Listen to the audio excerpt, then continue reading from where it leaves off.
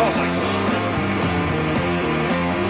There it is. Hi. Good morning, everybody. Ben and Woods 97.3. The Fan. Happy Friday to you. Great to be here with all of you. If you guys just knew what went down in here, holy smokes. Got to start the show off with more deep breaths today. We're a little frazzled. Trying to knock some work out before the show starts, and it never works. It never, ever works. Ben read the wrong spots. I was down the hall trying to do mine, and it just doesn't work. No. Everyone just needs to calm down, all right? Everyone's way, way, way uptight. And I just dropped an S-bomb on the air that I think went out over the airwaves, but Ben dumped it, so nobody heard it. Nobody commented on it. I was very nervous, so I do apologize. Good morning, everybody. We are Ben and Woods. You are listening to 97.3 The Fan, and it is Friday and a TGIMF. I'm Woodsy. That's Paul Reindl, executive producer of the program. Good morning, Paulie. Hey, how are you? Did you do that to torture us? Just leave I didn't us do anything. where we couldn't hear anything? Like, I'm literally, setting things up, running to the printer, and you guys are screaming. I can't hear anything. Come on, Paul. Paul! I can't hear anything. I said, hang on, Paul! Steven. Come on, Paul. Trying to kill your boy Like, over we have here. a minute. Give me a GD second. I'm telling you, he is too cool under pressure. He was wasn't he way too cool under pressure there? He was very cool. He was very cool under pressure. I'm like, I can't, Paul, there's nothing. And then I turn the mic on, I go, S. I And I go, know. why did I do that? We hear this open every single morning. It takes a minute and 40 from 6 o'clock on the nose to when the intro starts. It's a minute and 39 seconds until we come on and hit the air. I need to. And you guys were freaking out. I was like, we have 90 seconds. Just chill. I know, but I like to hear it. It gets me in the mood, right? To get all fired up for the day. Ben Higgins is your friendly neighborhood sports anchor.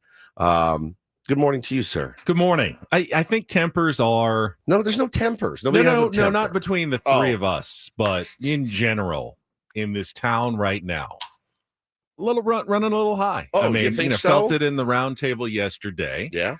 Just everybody's a bit on edge, waiting to see what's going to happen the next time the Padres take the field, which is going to be, of course, this afternoon in Colorado. There's no doubt. Your wife just said, Paul, you're the human version of Lexapro. Lexapol.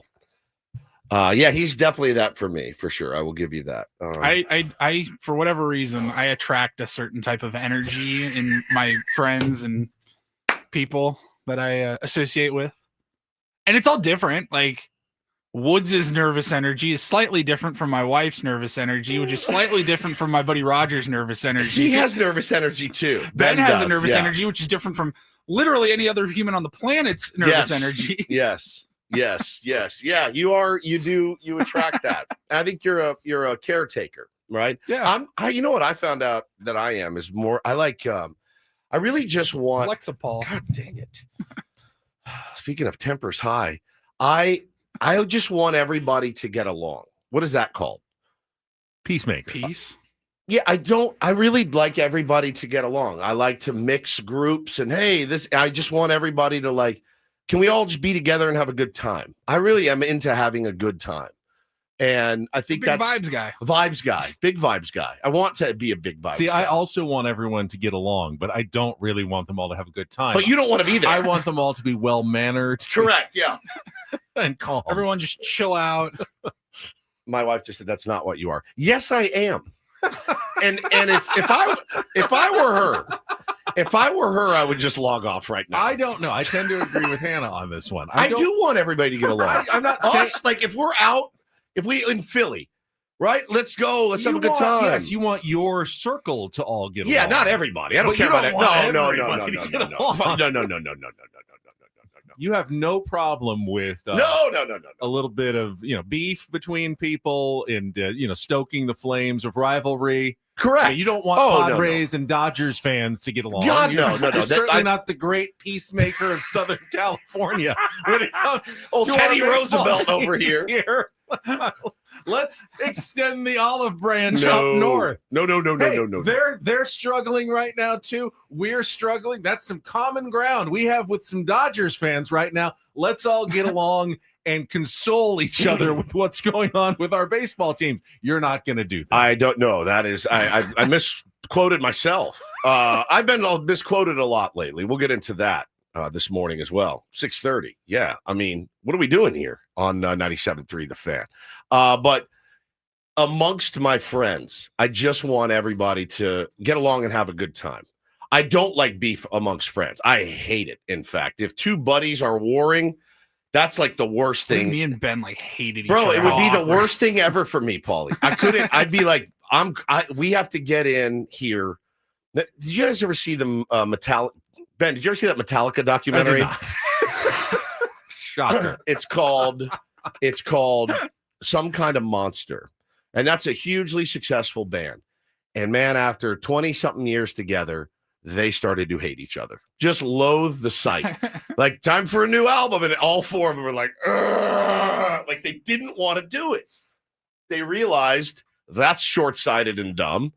Let's get a psychiatrist in the room with us. And they filmed it. And it's like this raw conversations. I highly recommend it. It's called Some Kind of Monster, and it's brilliant.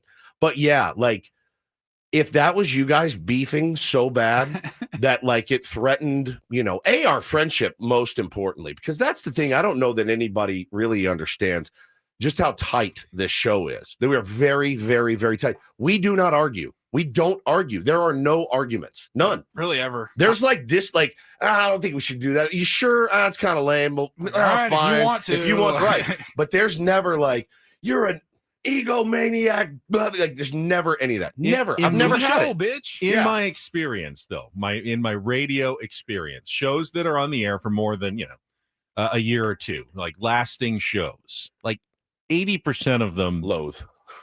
that end up breaking up is because they do end up loathing each other. Correct. And I just won't let it happen. I won't let it happen. I refuse to let it happen. It will not happen. And I think it's mostly because of egos. That's exactly what it is. Oh, good God, you're a child, man. Quit being petty and do the show. The show sounds horrible right now. You're right, it does. And you're talking segment. about being petty when you just checked out of a show for an entire segment. No, I started doing the research you asked me to do during the last segment. Out. No, you I'm asked sitting me. here talking to you, and you're like, huh? What? You don't even have your microphone I'm on. not going to sit here. It's already been 2 segments of horrible. If you want me to leave, I'll cut off the mic and I'll leave. Just do the show. It sounds horrible. Hey, I'll do the show. Thank do you. what you Oh, want you to do. don't- We're good. This is on the air. Yeah.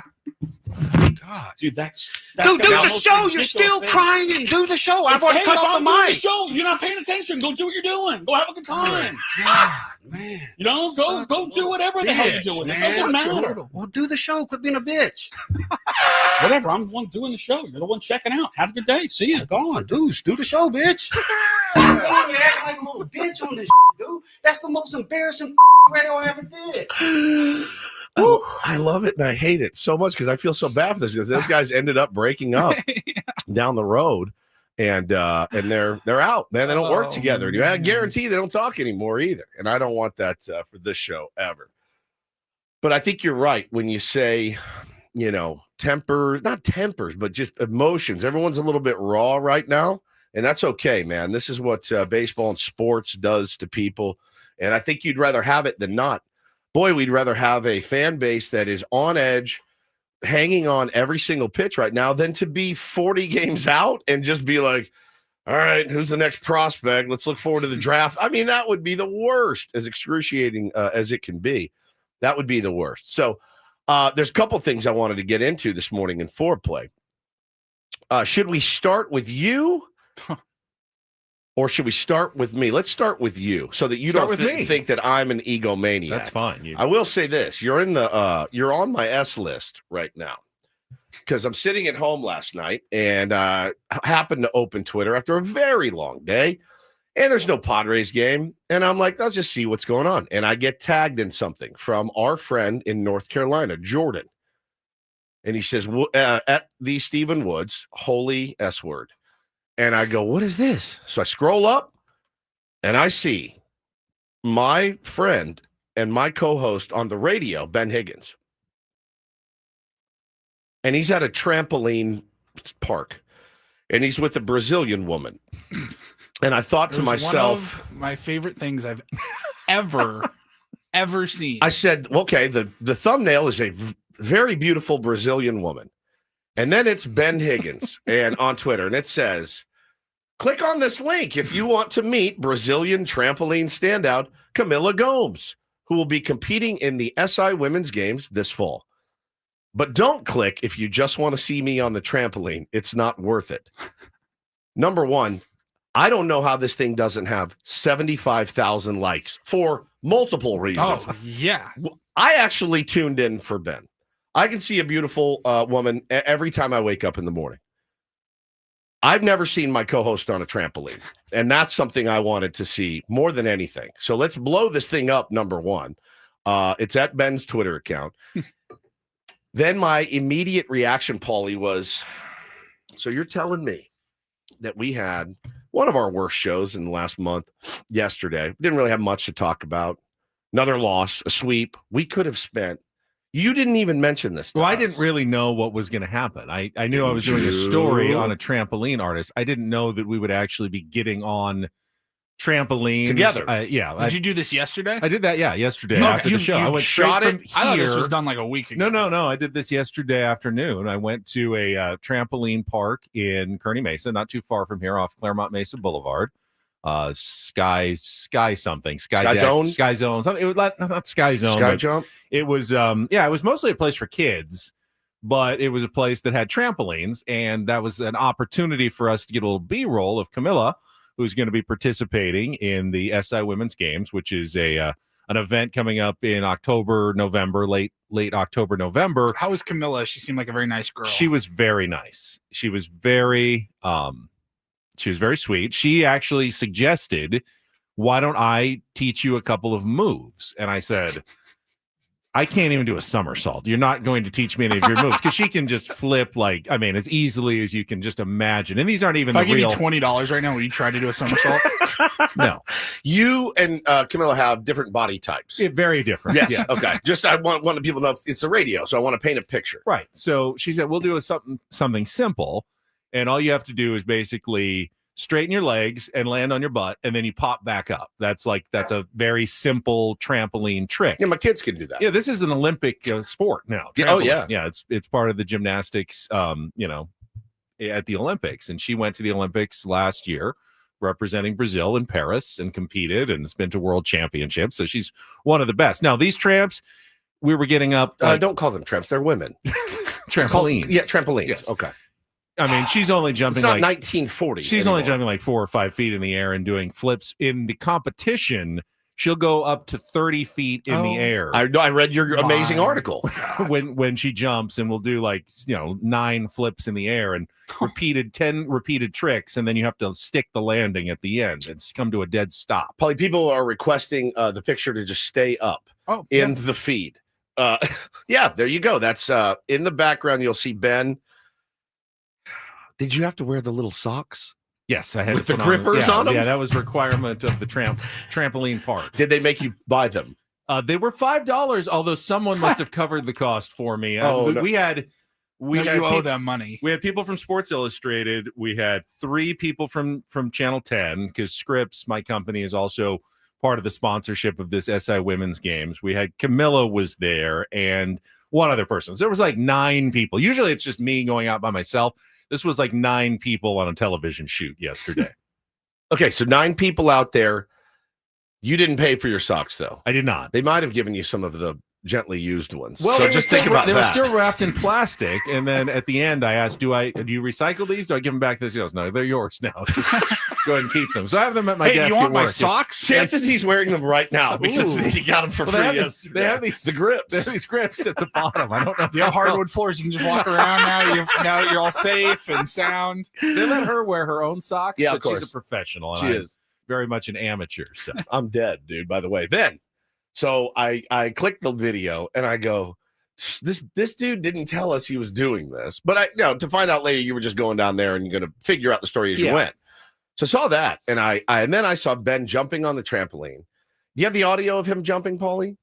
This was my stand-up. Their Just to be stand-up, yeah. creative. The countdown continues to the SI Women's Games in Oceanside, featuring there it a comes. night of gymnastics, including some of the top trampoline athletes in the world, including Camila Gomez of Brazil. Why are you doing that with your arms? Trampoline because I You really are feel like fall. You're out being flying. free in the You're air. trying to fly Gomez away. is just one of the stars headlining the competition. Like flapping the arms. It's a little scarier than you think. It is. And I did not want to hit my head or anything. Yeah. So I was kind of using Look my at him. arms Oh, to look at him balance go. myself. He So can barely get off the ground. Look So at yourself. I didn't. You're supposed to bounce I know, off I those didn't things. bounce up, but if you fast forward to the end, I did somewhat nail that trick after some lessons from Camilla. I was able to. Hey, Camilla, I didn't quite get it. Can you show me again? All right, Camilla, there it is. please. Oh, show me. you did it. And I Yeah. got it, and I got a high five at the end of the piece. from Camilla, one more time. I just, for whatever reason, I can't. Here, get in right behind me. I just can't seem to get this trick.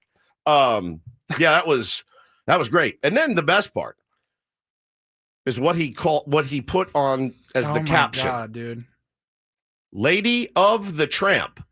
And then in parentheses, Oline. Oline. I was screaming. I was howling. My wife had a migraine. She's laying next to me in bed. When I saw it, and I saw the still shot of you in the air with your legs crossed, and then I saw Lady of the Tramp, Oline, I was like, I had to get up out of bed. My first thought was trampoline athlete Camila Gomez prepares for SI Women's Games, but that was too long. It's very long. So I had to come up with something shorter, and I actually discussed this with our 5 o'clock producer, Michael. Would you be okay if I just go with Lady of the Tramp, Oline, as my lower third graphic? And he goes, yeah, that's what you want. So that's what I did. Yeah, I thought of that exact sound, Paulie, as he was typing it in to put it up, and him going, oh. I loved this thing so There, much. one more time. Yeah, one more time. Him of jumping on the jumping. Yeah. trampoline. The countdown continues to the SI Women's Games in Oceanside, featuring a night of gymnastics, including some of the top trampoline athletes in the world, including Camila Gomez of Brazil. I love trampoline. It's my favorite thing, man. You are, God, what a gem. He's just this big old gold mine, Paulie, and I just keep opening the door. I'm like, there can't be any more in there. And I get my hammer, my pickaxe. I'm like, oh my God, I found some more. I'm crying, dude. This is at 8:15 p.m. last night. We all discovered. We're like, I needed this all day. I would have watched that video every hour. I just spat. I was laughing It so hard. didn't run until after 5 o'clock. So it was fairly new last night. I made a promise to myself 15 or more years ago that I wasn't going to do any more of the reporter participation in stories.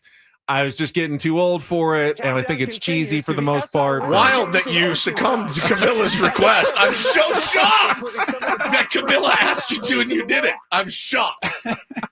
Ben's out changing her tire. Anything else I can do for you?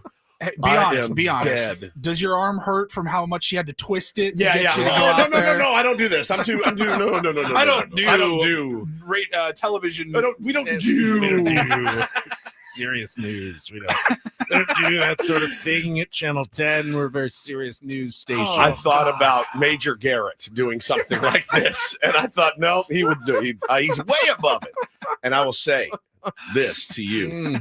I am very proud of you for doing that. I am very proud. When he was jumping, I go, look at him. He's all full of whimsy, and he's having a great time. There was some whimsy involved. There was some whimsy. It was it's a fantastic segment. The fact that only 21 people liked it on Twitter makes me sick to my stomach. It's the best content you'll find from local news. Now, I know Jake Garignani. He's out in Sao Paulo, Brazil. His company flew him to Brazil. He was interviewing Roger Goodell yesterday. He was. And he's at the game. They sent you to Jump Zone. And this is Jake, nothing against you. I love you. This is way better content. It's way better content. And it should win you that long-awaited illustrious Emmy that you've been quietly craving for many, many years. This might be the one I need to submit This to could be the one. to the judges finally. I will pay for it. We'll pay for it. We'll take care of it. I'm screaming. God. I was screaming. I thought it was so brilliant. Carlos said, Jake went to Brazil. Brazil came to Ben. Yes, yes. Yeah, who needs to go to Brazil when you have Camilla right here? It was incredible. I'm so proud of you. You know who else saw it? We got to go to traffic real quick. Kelly Danick's seen the video. She saw it. Or she maybe saw it on the news. She texted me and she goes, did I just see Ben on a trampoline on the news? I said, this morning? Yep. She texted me at like 6 a.m. right as the show started. I said, you absolutely did. We're about to talk about it. She goes, is it okay if I mention it in my traffic update? Please do. Right. Yeah. I said, yes, Kelly, you have well, carte blanche. Let's get Kelly's traffic. We'll set the menu for the Friday program. It is a Fryer Friday, and it is a Mike Shildt Friday. So we have that to look forward to coming up here with Ben and Woods on the trampoline on 97.3 The Fan. From the 855 Get Ross Traffic Center, protecting San Diego after accidents or injury, here's Kelly Danick. Traffic is sponsored by the kids of Caltrans. Speaking of kids, did I really see Ben Higgins on a trampoline on ABC News this morning? Who needs coffee when you get to wake up to that on a Friday morning? We got a pretty good ride all around the county. Coronado Bridge, you got some company, though, from about mid-span on over to the island. They just got a stalled vehicle out of the way westbound King Freeway before the 805. We are getting reports now of what looks like a rolled-up blanket on the transition ramp eastbound 8 to the southbound 125 connector. My mom, my papa, my daddy. Where's your Caltrans? On the freeway, right next to speeding cars. Please be careful. Be alert. Be work zone alert. Brought to you by the kids of Caltrans. Oh my God. I can't, man. I just Thank you, can't. Kelly. I Appreciate can't. Holy it. crap. I can't. We got dude. a Kelly laugh. Kelly which is always good. Hang on She one got second. you good, dude. Oh, I'm so proud of you. So proud of my Traffic is sponsored by the kids of Caltrans. Speaking of kids, did I really see Ben Higgins on a trampoline on ABC News this morning? Who needs coffee when you get to wake up to that on a Friday morning? the laugh of a Wake up to that on a lunatic. Friday morning. We have to save that laugh. It's great. Here's what we got coming up on a Friday. Guest-wise, it is Darren Smith Friday. He will join us to talk some Padres. SDFC is actually off for the international break, but a huge game coming up next week. We'll catch up with Darren Smith as we do each and every Friday at 7:35 in the morning. Kelly will get some more laughs, I think. And then Mike Shildt, the manager of the San Diego Padres, will be with us at 9 o'clock. The manager's report with Mike Shildt, refreshed by Eco Water SoCal. Try alkaline water for just $9.95 a month. Eco Water SoCal, keeping it soft since 1925. Can I just need to make an observation. My stomach hurts from laughing. This is a great way to start a Friday. I understand, Ben, like we didn't have this content yesterday morning, but it kind of screwed everything up. We had a 5-hour day yesterday talking nothing but Padres being swept by the Orioles, and we totally skipped Foreplay yesterday. We did. And it throws the whole morning off. That's why I thought it was such a terrible show. And it's my fault because I took us right into the dumb Padres right out of the chute after getting swept.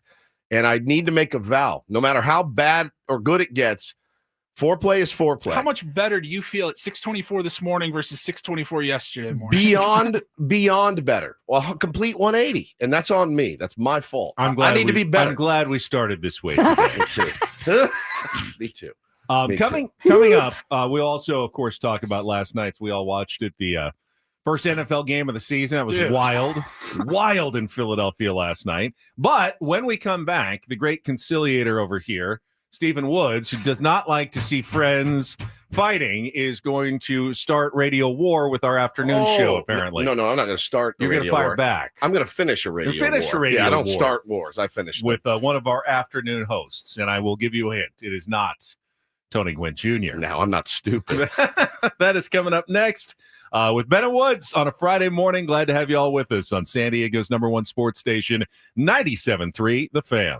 Gambling problem? Call 1-800-GAMBLER. GEGE 0000466. For a full list of games and rules, play at 7 Mile Casino. Visit 7milecasino.com. You will not find any trampolines at 7 Mile Casino. It's okay. You will find a comfortable atmosphere where you can play card games like California-style blackjack, Texas Hold'em poker, Pai Gow, and Baccarat any time of the day. And when I say any time of the day, 6:25 a.m. on a Friday, absolutely. 3 a.m. on a Monday. Whenever you want, you can play cards at 7 Mile Casino. Yeah, man. Best part, just 7 minutes from downtown. We obviously love the proximity, and there are some fine establishments throughout San Diego County. There is no question about it.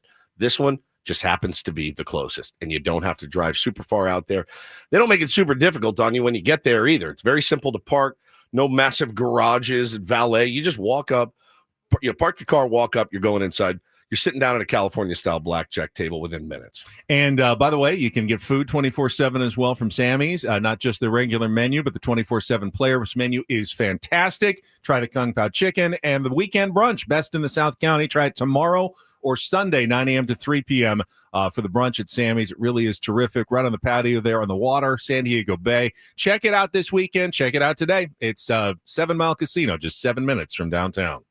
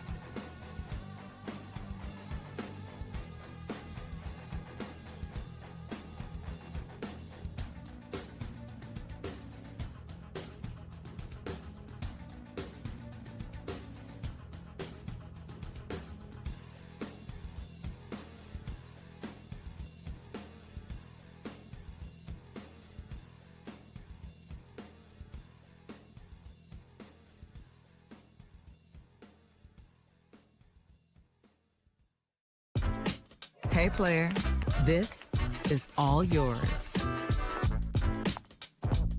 This room with this view. This speakeasy with this cocktail. Hey, could you make that too? This spa with this. Ah. and this pool on this roof. This is all for you.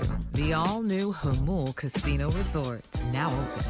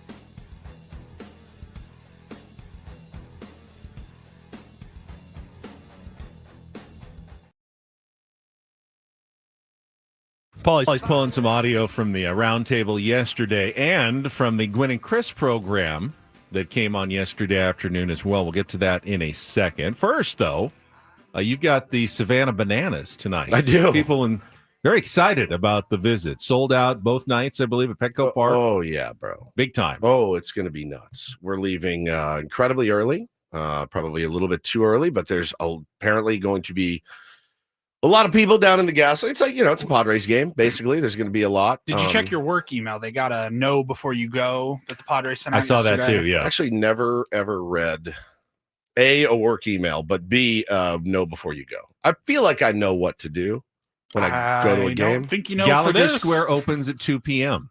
Gates include Gaslamp Gate, East Village Gate, Balboa Gate. Okay. All remaining gates open at 4:30. Okay. No re-entry will be permitted. Okay. Let's see. You got the bag policy, normal bag policy at Petco Park. Know that. And let's see, mobile lockers for rent at the Lexus Premier Lot. Okay. You Don't need a locker. You need a locker or anything? Put my Jordans in there. Getting to Petco Park, do you need any directions or anything Got like it all. that? I think I know that. I think merch stands, early outside of the merchandise stadium. opportunity 2 to 5 p.m. Banana Ball merch. Pre-game plaza in Gallagher Square. Unforgettable experience filled with energy, excitement, and entertainment for fans of all ages. Live performances, special appearances from players, cast, mascots, and other surprise guests. I'm ready. That's my it. body is ready. My kids are very excited. Are now. you, let me ask, I know you're not supposed to give it away if you are. They always have like a special local celebrity usually, like join them for the games. Yeah. Is it you? I was asked. Were you? No, I politely declined. I'm going to hang with my family and said, no, I wasn't asked. It, I know who it's going to be. You do? Absolutely. I know who it's You going can't to say. be. I think I should ask Camilla. Oh. Camilla would be excellent. Get a little trampoline on the Trampoline mound. out She could, there? like, do Oh, my flips and God. throw the ball. So I was, I have been. I just want everybody to have a good time. I hope everybody does.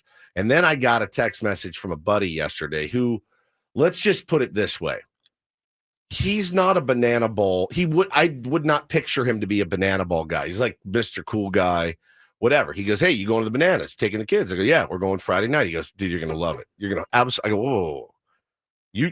And he like sold me. He goes, I'm telling you, you're going to be locked in, and everybody in your family's going to be locked in. Skeptic. I thought he was going to be like, oh, it's lame, it's tired, whatever. He was like, I'm telling you, you're going to flip out. It's How come incredible. when me and Ben told you you'd have a good time, you didn't? Well, I think, massively sold out crowds across the country can't be completely wrong. Then again, I think Jelly Roll sells out massive crowds everywhere, and I would Morgan say Wallen, Morgan Wallen. I think they would be wrong, but I think when this guy in particular was like, "Bro, I'm telling you, you're going to be locked in. You're going to have such a good time." I can't wait. I'm excited. It's anything I do on a Friday is rough, man. Friday is just kind of a rough day to go out at night to dinner or anything like. So we're gonna pull it together. Gonna head down a little early and just have some good family time. I will be very interested to hear how it goes on Monday. Yeah, when me we too. come back. Me too. I'm excited to tell you guys. All right, so Paul, you got the audio ready? Mhm. All right, we will go back, play the tape twice. Tape don't lie, dude. Twice when we get back from traffic here on 97.3 The Fan. From the 855 Get Ross Traffic Center, protecting San Diego after accidents or injury, here's Kelly Danick. Traffic is brought to you by Caltrans, reminding you that southbound I-5 is closed at State Route 52 starting tonight. Looking pretty good on our roads at this time, the freeways anyway, but Coronado Bridge, we've got lots of company from the 5. It is solid all the way over to the island, so I want to give yourself a little extra time if that is your destination. Caltrans reminds you that as part of the I-5 Asset Management Project, southbound I-5 is closed from State Route 52 to Garnett from 9 p.m. tonight until 5 a.m. Monday morning. So please plan ahead and use alternative routes like Interstate 805. I'm Kelly Danick with Ben and Woods, San Diego's #1 sports station, 97.3 The Fan. All right, so yesterday evening, Woodsy forwarded a text that you got from someone who was listening to the Gwynn and Chris program. I was in the sports arena watching and judging the Seals new PA announcer. I can get into that at 8 o'clock. We'll talk this about morning. that later. Yes. It was about 95 degrees in there. And the screenshot you sent started with, it said, Ello's seriously mad at you live right now. So that, of course, got everybody intrigued a little bit. And you kind of go on and explain what was going on. He was talking about the topic from our roundtable that I brought up to test everybody's confidence in the remaining San Diego Padres season. Yeah. And whether you all still believe that they were going to make the playoffs. And I set it up as a hypothetical. Where would you take the bet where you get $50,000 if the Padres make the playoffs? Yeah. I mean, obviously we'd all like that. But if they don't, you'd have to get a Dodgers logo tattooed on your face. Sure. So a pretty serious consequence. Like how you got to be confident to make sure no one wants to have a Dodgers logo tattooed on their face. Correct. I knew this crowd. And so that was the hypothetical I sent up. And you responded to the text and said it was in regards to Ben's terrible hypothetical. And Yeah, I go, it was terrible. what was it was terrible? Yeah, it's terrible hypothetical. It's terrible. It wasn't your hypothetical. best. It's not your What? best. It wasn't your best. And I feel bad saying that because you I don't. obviously liked it because you brought it up not only on the roundtable but also on our show. I did. Like, really I felt really good. I about didn't that realize that it was so bad, and I apologize for my terrible hypothetical. Apparently, one. I think all hypotheticals are usually pretty bad on the radio for like discussions. Yeah. I don't like it. it was tests. It was mostly to see if like Scraby would just panic and say, "There's no way they're going to make the playoffs." Right. I thought someone would panic. No, I mean, it's like Despite hypothetically, if the Padres had Tarek Skubal and Paul Skeens in their rotation, Right. how confident would you be? All right. So Like we could talk about it all Mental day long. note: no more hypotheticals. No more hypotheticals. Here or on the round table. But it, I mean, it happened, so we're dealing with it. Yeah. And Woods, your response, like everybody's response, was, yes, I would take the $50,000. Correct. I'm that confident that I wouldn't have to get a Dodger tattoo on my face that I would still, of course, take that bet in a heartbeat. But you added a second part to it, which Yeah. I thought, was fairly reasonable. Here's what you said. Woods, you're risking the tattoo. Yeah, I mean, if you said win a playoff game, I'm not taking that bet. I'm not. I'll just say I'll leave the 50 on the table. I would right now as it stands. I do believe we'll make the playoffs. I do. I find it. That's stupid to say. I'm not going to say it. 97.8% chance to make the playoffs right now. That's a pretty good number. Better than 97.3%. Better than 97.3. I'm going to take it, Benny. But if you said, all right, same deal applies, but they have to win a playoff game, I'm not saying. I'll say I'll walk away. I walk away from the bet. That's what I'm saying. I walk away from the 50 grand. It's a much more dangerous bet. Much because they're in the playoffs. Yeah, dude. And if you're going against LA, you got Glass now and Yamamoto. Or even against the Cubs. Or the Cubs. And Imanaga, and you're at Wrigley Field, and you lose 2 in a row, and you have to get a Dodger tattoo on your face. Yeah. It's a much different hypothetical. Making the playoffs at 97% is way different than winning a playoff game in a 3-game series, because you're going to be one of those, is my guess. Now, if I said, hey, I'll give you $500 if the Padres win a playoff game, and you owe $100 if they don't. Deal. You would take that as well. In a heartbeat. It's not right. a Dodger tattoo on your face. So that was it. It was just like and it was almost, I wasn't trying to be a jerk, Benny, but it was almost like, now, if that's the hypothetical you threw out, that changes things. That changes things dramatically. And that's one where I'm not risking a Dodger tattoo for them losing the first 2 playoff games they play, And so that was what it was in regards to. Well, then, so I'm getting, this guy sends me this message. I text Paulie. I go, just pull the audio. I want to hear what it sounds like. Manager's report with Mike Shildt. It's at 9 a.m. Wonder if Woodsy will tell Shildt that doesn't think they're going to win a playoff game. Now, that is a mischaracterization. I don't know why either. But go back to the tape, my friend. Okay. We did. We already went back to the tape, did, and we still said, disagreed. No, yeah, we still disagreed. Because you said he didn't say it, and I said he just said it. Because so he was joking. Crazy. Oh, really? I was not joking. Oh, my goodness. Neither of you were right, by the way. Neither of you. You're the only one who is. I want everybody to listen to their own version of the round table. Woods' quote was, I will take that bet because they're going to be in the playoffs. But if the bet was that they'd win a playoff game, I'm not taking it. Correct. That was the exact quote, which I believe, if you think about what it means, he is not predicting them to win a playoff game. I think that's not what it is. Okay. You can but take you it think however you something want. differently. Yes, so that's definitely. crazy. All right. You're missing such nuance there. You're missing the whole purpose of it. You're missing the Dodger tattoo logo on the face, which is a huge part of the hypothetical. The terrible hypothetical. Right. Look what you've caused. I know it's my fault. It's you did. my fault that I started this with a bad hypothetical. So I'm listening, I listen back and I'm like, no. That's completely misquoted, mischaracterized. I don't want to say taken out of context, but it was taken out of context. You missed the best part. If that was the bet you offered, absolutely not. Because the risk of getting a logo of the team that I loathe on my face is in the hands of them winning a playoff game? No chance. You could say to Mike Shildt, the most confident man alive, I may ask him, hey, Shilty, if you don't win a playoff game, will you get a Dodger tattoo on your face? You know what he would say? No, I'm not doing it. Mike Shildt, he's the skipper. I'll make a bet with Chris Ello right now. If they lose, if they get into the playoffs and they lose a playoff game, he has to get a Dodger logo. If you're that confident, you would have no problem. Right? So again, I'm like, all right, bro. Like, listen, Ello's had a rough couple weeks. Self-inflicted, but a rough couple weeks. You don't need to shift the blame onto me. Trying to throw me out there and say that I'm not confident in this team. That's just a dumb bet. It's just a dumb bet. Rob in our chat says, bro, he's right. The morning show is scared of Schultz. I truly understand why you guys got therapist. Rob, just one. I got to tell you, I am terrified of Schultz. Every Have you time, ever seen Schultz? He's a scary MFer. If I see Schultz, I go the other way. And all of us guys got therapist. I'm terrified of Schultz. And I'll say it again. Schultz is a scary, scary guy. So again, Rob, I don't know if you're not picking up the nuance here, but I would not say to Mike Shildt, hey, man, I don't think you're going to win a playoff game, because that's not what I feel.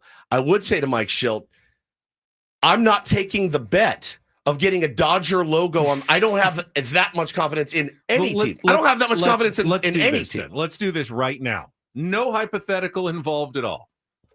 Do you, Stephen Woods, do you, Paul Reindl, do I, Ben Higgins, believe the San Diego Padres will win a playoff game this October? Yes. We're not putting our families on it. No. Yeah. Yes. At least absolutely one. would. I believe they will win a playoff game. Yeah, I wouldn't bet my too. life on it, but I wouldn't bet my life on the Brewers winning a playoff Right. game. It's not 100%. It's not a done deal.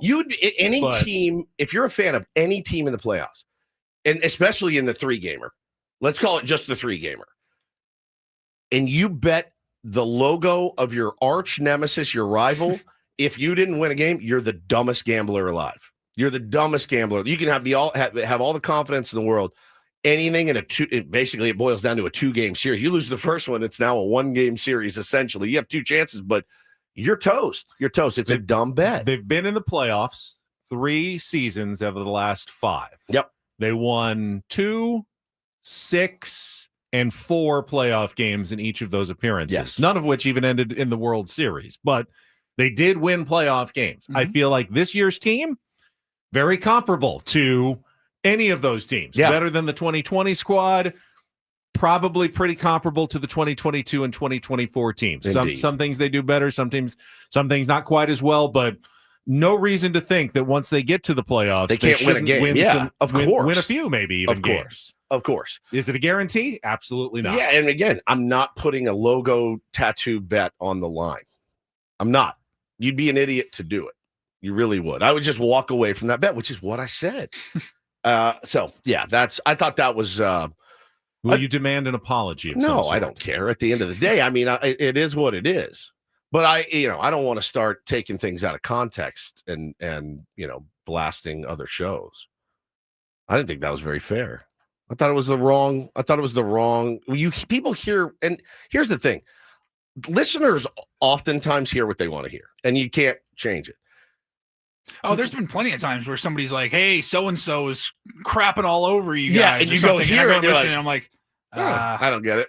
I was like, I have a problem with that. I don't think that's what they were meant to do. They hear what they want to hear. But hosts, I think, that have been doing it for a long time, you should be able to pick up the nuance in what I was saying. Because you don't want other people to miss the nuance in what you're saying. Correct. All So right. Let's check traffic. I want to take a couple of minutes here. we got Mike Schultz coming up at We do. 9 a.m. I'm gonna end up calling him We already did Schultz? traffic. Mike Schultz. We already did Hey, traffic. Schultzy.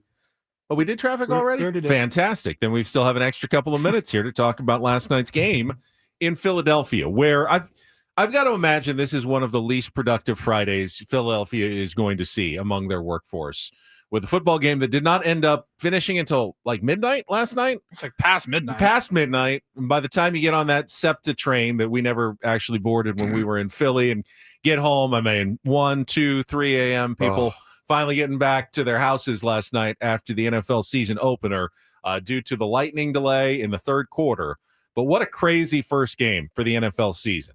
First of all, was that not one of like the best played first games you've ever seen? Correct. I mean, the So offenses looked entertaining. like they were like week 12, like they had been, on the same page for months in that Both first teams. half. Not a single punt in the first half. Both teams were driving down the field crisply. Both quarterbacks looked sharp.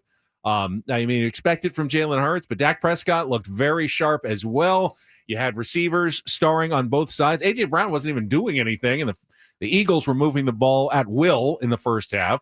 Kickers looked good, 21-20 Eagles in the first half. But, I mean, the big story happened before the first play of the game when you had Jalen Carter, the defensive tackle, defensive star, All-Pro for the Philadelphia Eagles, get ejected for spitting on Dallas Cowboys quarterback Dak Prescott as he was like, in the first huddle calling the very first play of the game. I think you've already jumped the gun. So kickoff, the That's true. opening kickoff of the season, it was a returnable ball. Guy ran it to, call it the 25 or whatever. And guys are already pushing each other between both teams. They do not like each other. And there's one guy on the ground clutching at his knee. Yep. And the training staff comes out and like 2 minutes pass by and he's still on the ground. I go, oh, they're calling the cart. Like he might have a season-ending injury. First play. The kickoff. It was 6 seconds into the game. So then while that's all getting sorted out, then the Jalen and Dak stuff goes down. Yeah, and apparently it came out later. It's Spitgate, essentially. Dak spat first. But Dak spat in the area of the ground. Jalen Carter did not spit in the area of the ground. He spit right in Dak's, like on his chest, just 2 feet from him, just, and you could see it, and he did it right in front of the referee. The referee saw it and threw him out. Spat is correct. Yeah. Not spitted. I didn't say spit. No, spat. You said spat. It's just a funny word. It's spat. a great word. I'm going to spat with Chris Ello. That's a noun. That's right. Not a He verb. hocked to it on him. He hocked to it him. Real good. So there is a difference between spitting on the ground. Correct. There's a difference in spitting at someone's feet than spitting on them. Correct. There's a big difference. Oh, yeah. And I don't think there was any question. The referee was right there. And I think the ejection was absolutely warranted. Yes.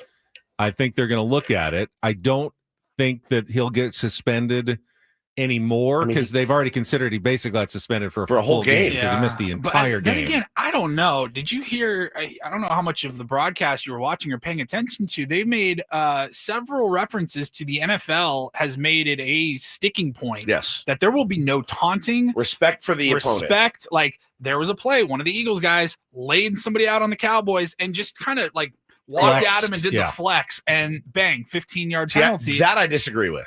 I like that stuff. Taunting is a blast. I think it's fun when they do it. Not, there's a line with everything, right? You can't do the thing where you lift your leg and look like you're, taking a leak on them, which I've seen before.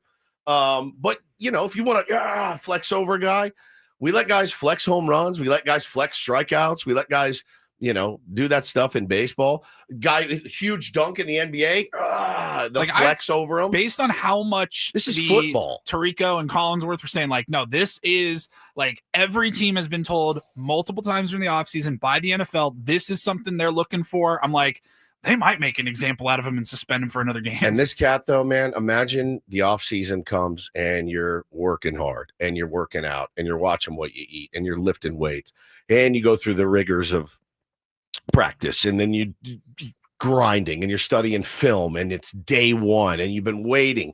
The morning it comes around and you're sick to your stomach. You're so excited. You're going to light up Dak Prescott all night. And that's what you've been training for. And this is a huge year for you guys. And you're the cornerstone of that defensive line. And they've got blocking schemes for you. Yeah, I was going to say, their whole game plan is built around avoiding you. And you get your ass thrown out in the first 5 seconds of the game. That is a 5-cent head, dude. Straight. I mean, that's Jalen Carter. We all know what he did in college at Georgia, Adam, your people. And he got thrown out and just completely could have crushed his team. I don't even know if you're Nick Sirianni, like, how do you address that? You just ignore it until the game's over? Well, yeah. And I think today or last night, it's, hey, man, like, learn your lesson. This is the last time that can happen. So we can continue this conversation. There was one thing that I was personally impressed by from Dak Prescott, despite the loss. We'll get to that and more coming up next. Hour number 2 of Ben and Woods on the way. San Diego's #1 sports station, 97.3 The Fan.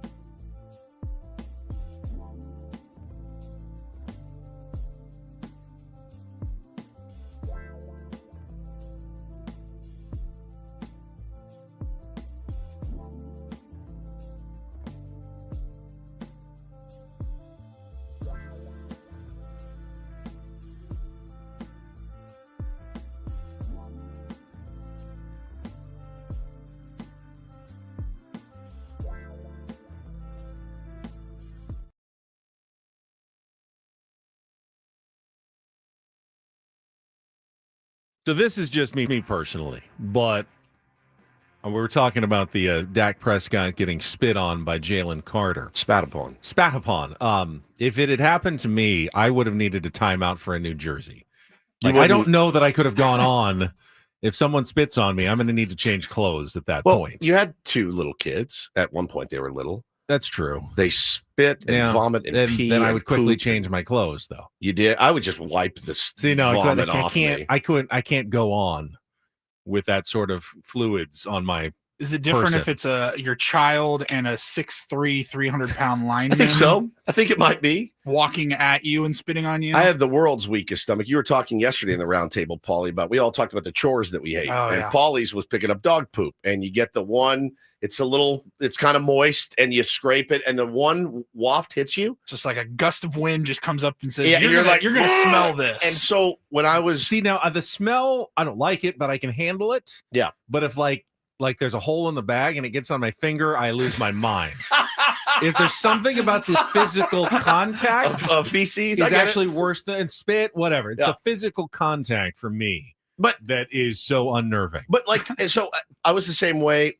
I remember one time I opened a bag of cat treats and I vomited into the sink. Ugh. Like I opened it, I went, and I straight up threw up. Right? It really bothers me when people say, when you're smelling something, you're really eating it because you're just ingesting. You just almost made me really, vomit. really tiny particles.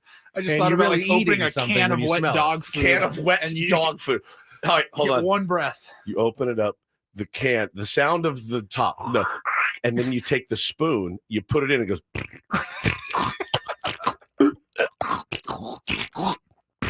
I was on one of the worst ASMR of ever. all time. And then it's kind of scraping the can a little bit, and you just get the one of the sneaky, grossest scenes in movie history. At the start of Back to the Future, when Doc's machine is pouring the cow can, but it's been sitting there for days, so there's like 6 days of dog food, just wet dog food piling up in the bowl. It's repugnant. With that sound, the special effects sound of the plop that it makes, it just creeps me out every single time. It's so gross. But you had kids, but my stomach was so weak, and then I had kids, and I was like, I can handle anything. I mean, you name it, and you can handle it when you have kids, and it's because they're yours. You're like, buddy, I just don't want you to be uncomfortable. Right. So I got some on my hand, I got some on my shirt, like we'll be fine. A grown man spitting upon you I'd rather be punched in the mouth than have somebody spit on me. I'd be less offended if somebody punched me in the face than came up going, I hate you. I mean, you'd have to pull me off him, dude. It's bad. It's really bad. How did he not flip out? Very smart, very cool. He just kind of like collected. looked at the ref and just pointed, like, "Do you see that?" He did. You can take care of it, or he was right there. This is crazy, man. I mean, knowing the ref was right there, it's the ultimate satisfaction of going, you're gone for the game. And the person I was most worried about for the next 3 hours getting to me, you're out. You're now gone. So I'd assume that Dak Prescott was actually pretty happy in that moment. Yeah. Oh, I mean, again, literally, it's like it would be like facing Tarek Skubal in a playoff game, and you're like, he's got a nail file in his back pocket, and they throw him out of the game. I mean, it's like that. The guy is an unbelievable player, but a total 5-cent head, man. And to get thrown out there is it's incredible. By the way, this afternoon on the Gwynn and Chris program, Chris Ello says Woods accuses Tarek Skubal of cheating. Smalls and cheating. All right, go to the tape. Watch the tape. I heard him Let's say the tape. Go to the tape. Ask Mike Schultz about that. I'll ask Mike Schultz. I will. I do have my therapist today, so that'll be great. It all comes together. All right, let's see. Oh, you want to get to the super sexy Saturday college football schedule here? You forgot one part of it, though. Say it the right way. Super sexy Saturday Stinkfest schedule. Yes. That's right. Stinkfest. Stinkfest. Right. That's a different festival. It's not a festival. Well, I'd assume when Stinkfest plays their festivals. Just go. We'll throw it. Okay. All right, here's what we've got for you coming up on college football tomorrow. First game of the day, the one that you're probably most interested in, will be in-state rivalry, Iowa against number 16 Iowa State, 9 a.m. on Fox. It's not quite as good as the opening week slate, I will say that. There's a couple of decent games, but last week was a pretty premium opener between Saturday and Sunday and Monday. You had games all weekend. Now it's kind of back down to the regular Saturday schedule. At 12:30 on CBS, Oklahoma State at number 6, Oregon. Is Mike Gundy still the coach at Oklahoma I believe State? he is. Yeah, still around. Mike Gundy is still there. I mean, he was a man. He was 40. Now he's in his late 50s. I'm a man. I'm 67. It's been a while. You've Come been there a After while. me, I'm a man. I give a rat's ass about Twitter. He's the best. And then And the worst. 4:30 on ABC. You've got number 15 Michigan. This is a good one. At number 18 Oklahoma. This is a good one. Probably the best one of the day. 2 top 20 teams meeting. 2 obviously huge programs, but neither of them expected necessarily to be, championship caliber this year. The winner, though, kind of puts themselves into the conversation. The loser is now a fringe top 25 team. So that's a pretty big game for both of those teams. Well, and you've got the a lot of good matches. You got the freshman Bryce Underwood, who is the Michigan quarterback. He turned 18 2 weeks ago, man. This kid is as green as it gets.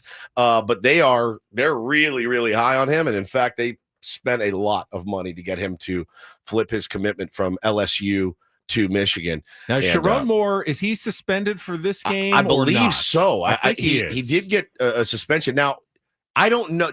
Wasn't he allowed to pick which games he was suspended for? Well, Michigan picked some, and then he's going to have to serve more next year, I think. But I thought it was like the first 2 that he was going to be suspended for this season. Total of 3 games. Okay. For the he's missing weeks 3 and 4 this year. Oh, So he gets to coach against Oklahoma in this game, and then he'll wait. That's what it was. Until they play the more cupcakes on their schedule to take his suspension. Yeah. So that I think will be a good one. I'm not sure. How often do you get suspended and get to choose when you? Well, when you're the one, it's a self-imposed suspension. Genius, actually. I'm gonna suspend myself for the suspend entire myself for the rest of the day. I'm so sorry, guys, but it's the right thing to do. I love you. I'll see you on Monday. Do you ever try that with your parents? Like, I did not do well on this test. Yes. I am grounding myself for 2 hours this afternoon. Yep. Between 4 and 6 p.m. is my own punishment. At some point, my parents realized that punishment does not work on him. He's going to eventually just wear us down, and we're going to let him go. And then if you're really obsessed, if you want a night game, do have San Diego State, Washington State. This at is 7:15 on the CW. I got to tell you, man, I think the line on this game was what surprised me. It's the first thing I looked at. And, listen, a really, really nice performance from the Aztecs, Benny, in game 1, but it was against Stony Brook. Right, FCS team. Yeah, and so, but you look at the, Washington State, it's not like they're a blue blood or anything like that. Hang on. I have no idea what the line is. I've not Take seen a guess. This. I would guess. Take a guess. You have it handy, Benny? Because I know what it was on like Wednesday. I can find it for I you have not here. seen it one time. I would guess Washington State in Washington at Washington favored by 16 and a half. 16 and a half. You are a little off, my friend. The actual line of the San Diego State Washington State game is San Diego State is underdogs by 2.5. 2.5 points. Yep. 2.5. That's what. Wow. Yeah, that's what shocked me. No, too. now it's 1.5. Now it's 1.5. Now 1.5. So damn near a pick 'em game. The late money has come in on the Aztecs. Yep. Their money line, they're minus 105.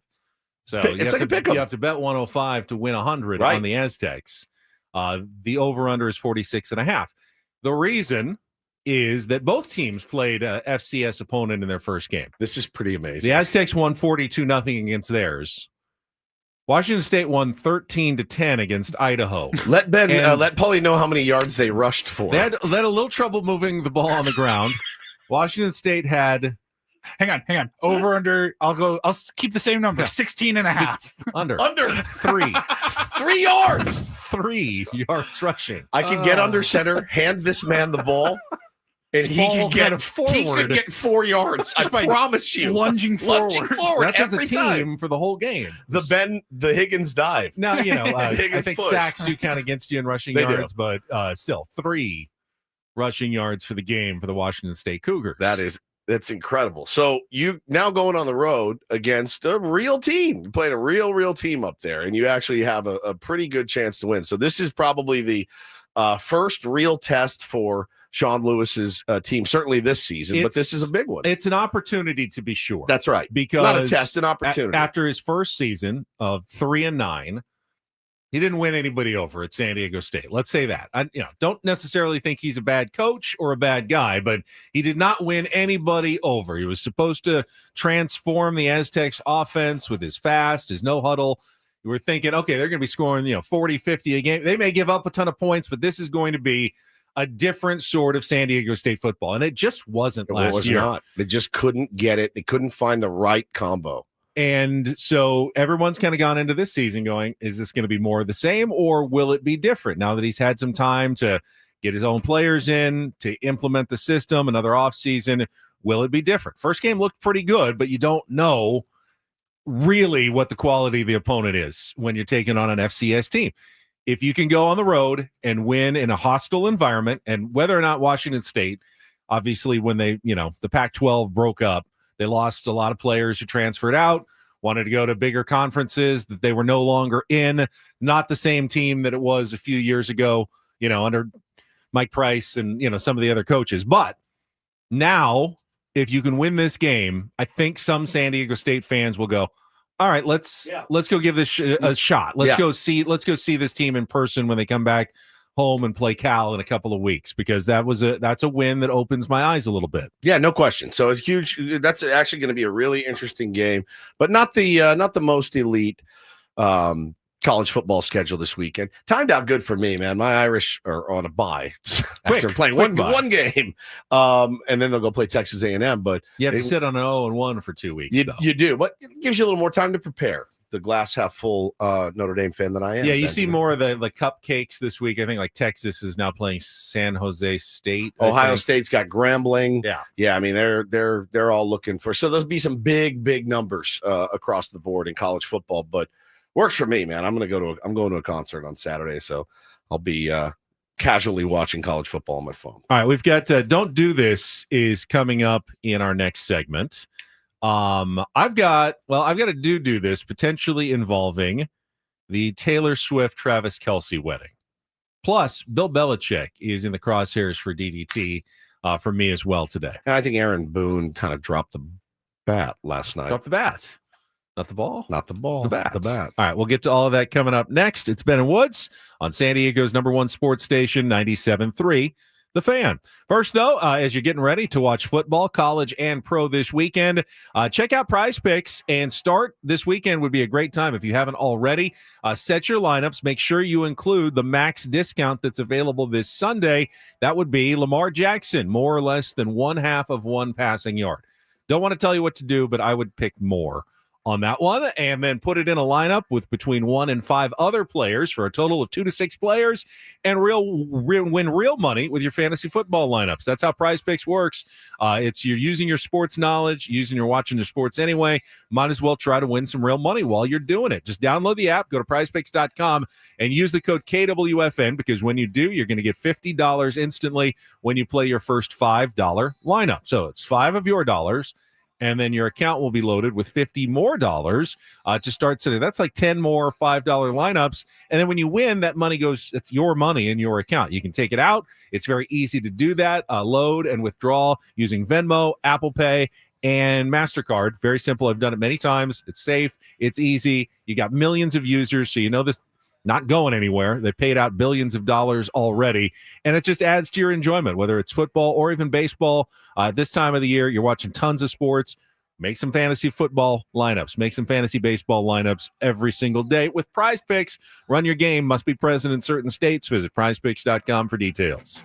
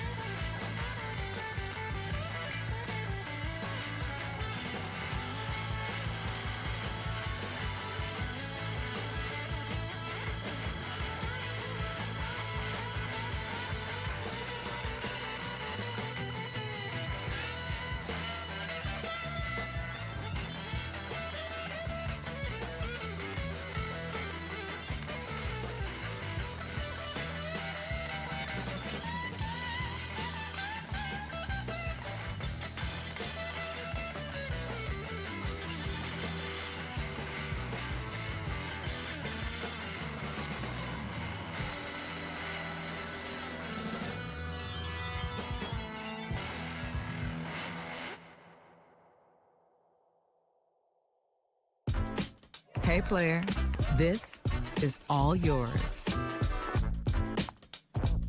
This room with this view. This speakeasy with this cocktail. Hey, could you make that too? The spa with this. Ah. And this pool on this roof. This is all for you. The all-new Hummel Casino Resort, now open.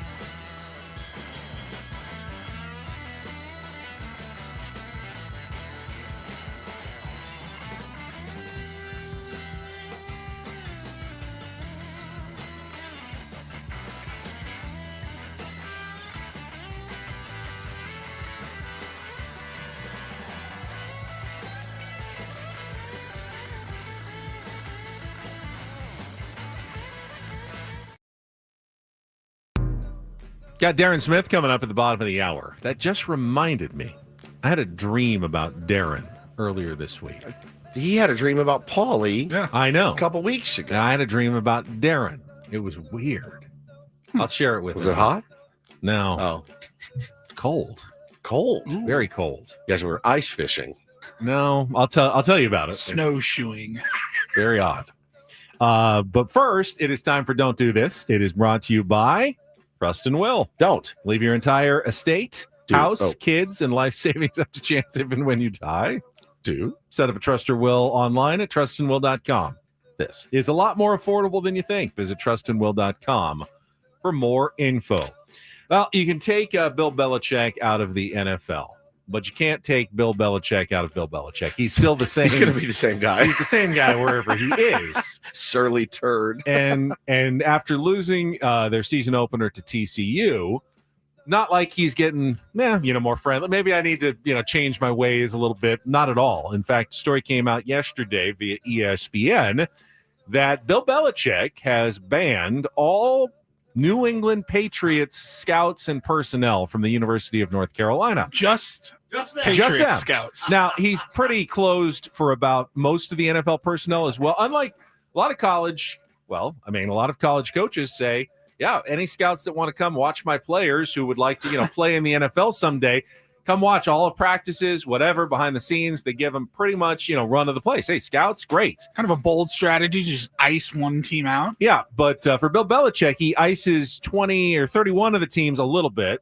and has very limited access. And the Patriots guys, no access whatsoever to the New England Patriots scouts, which is only hurting his own players. Correct. Right? It hurts those players. And really, look, that it is some of the most, that's petty. It's petty as all get out right there from Bill Belichick. And we know that he is certainly the most obsessed coach when it comes to secrecy. Oh, yeah. And how he always ran his Patriots team. Does he think that they will do something untoward just to hurt him? Is that what or is he like, no, you guys dumped me and I'm out and you're not welcome at my practice? I mean, maybe he has been so difficult that it's now justified that people would be out to get him at this point. Fair. I hate living my life thinking that everybody's out to get me, though, which seems like what Bill Belichick is now doing. By the way, they are. They are? Yeah. Well. Yeah, it kind of requires a look in the mirror a little bit. Yes.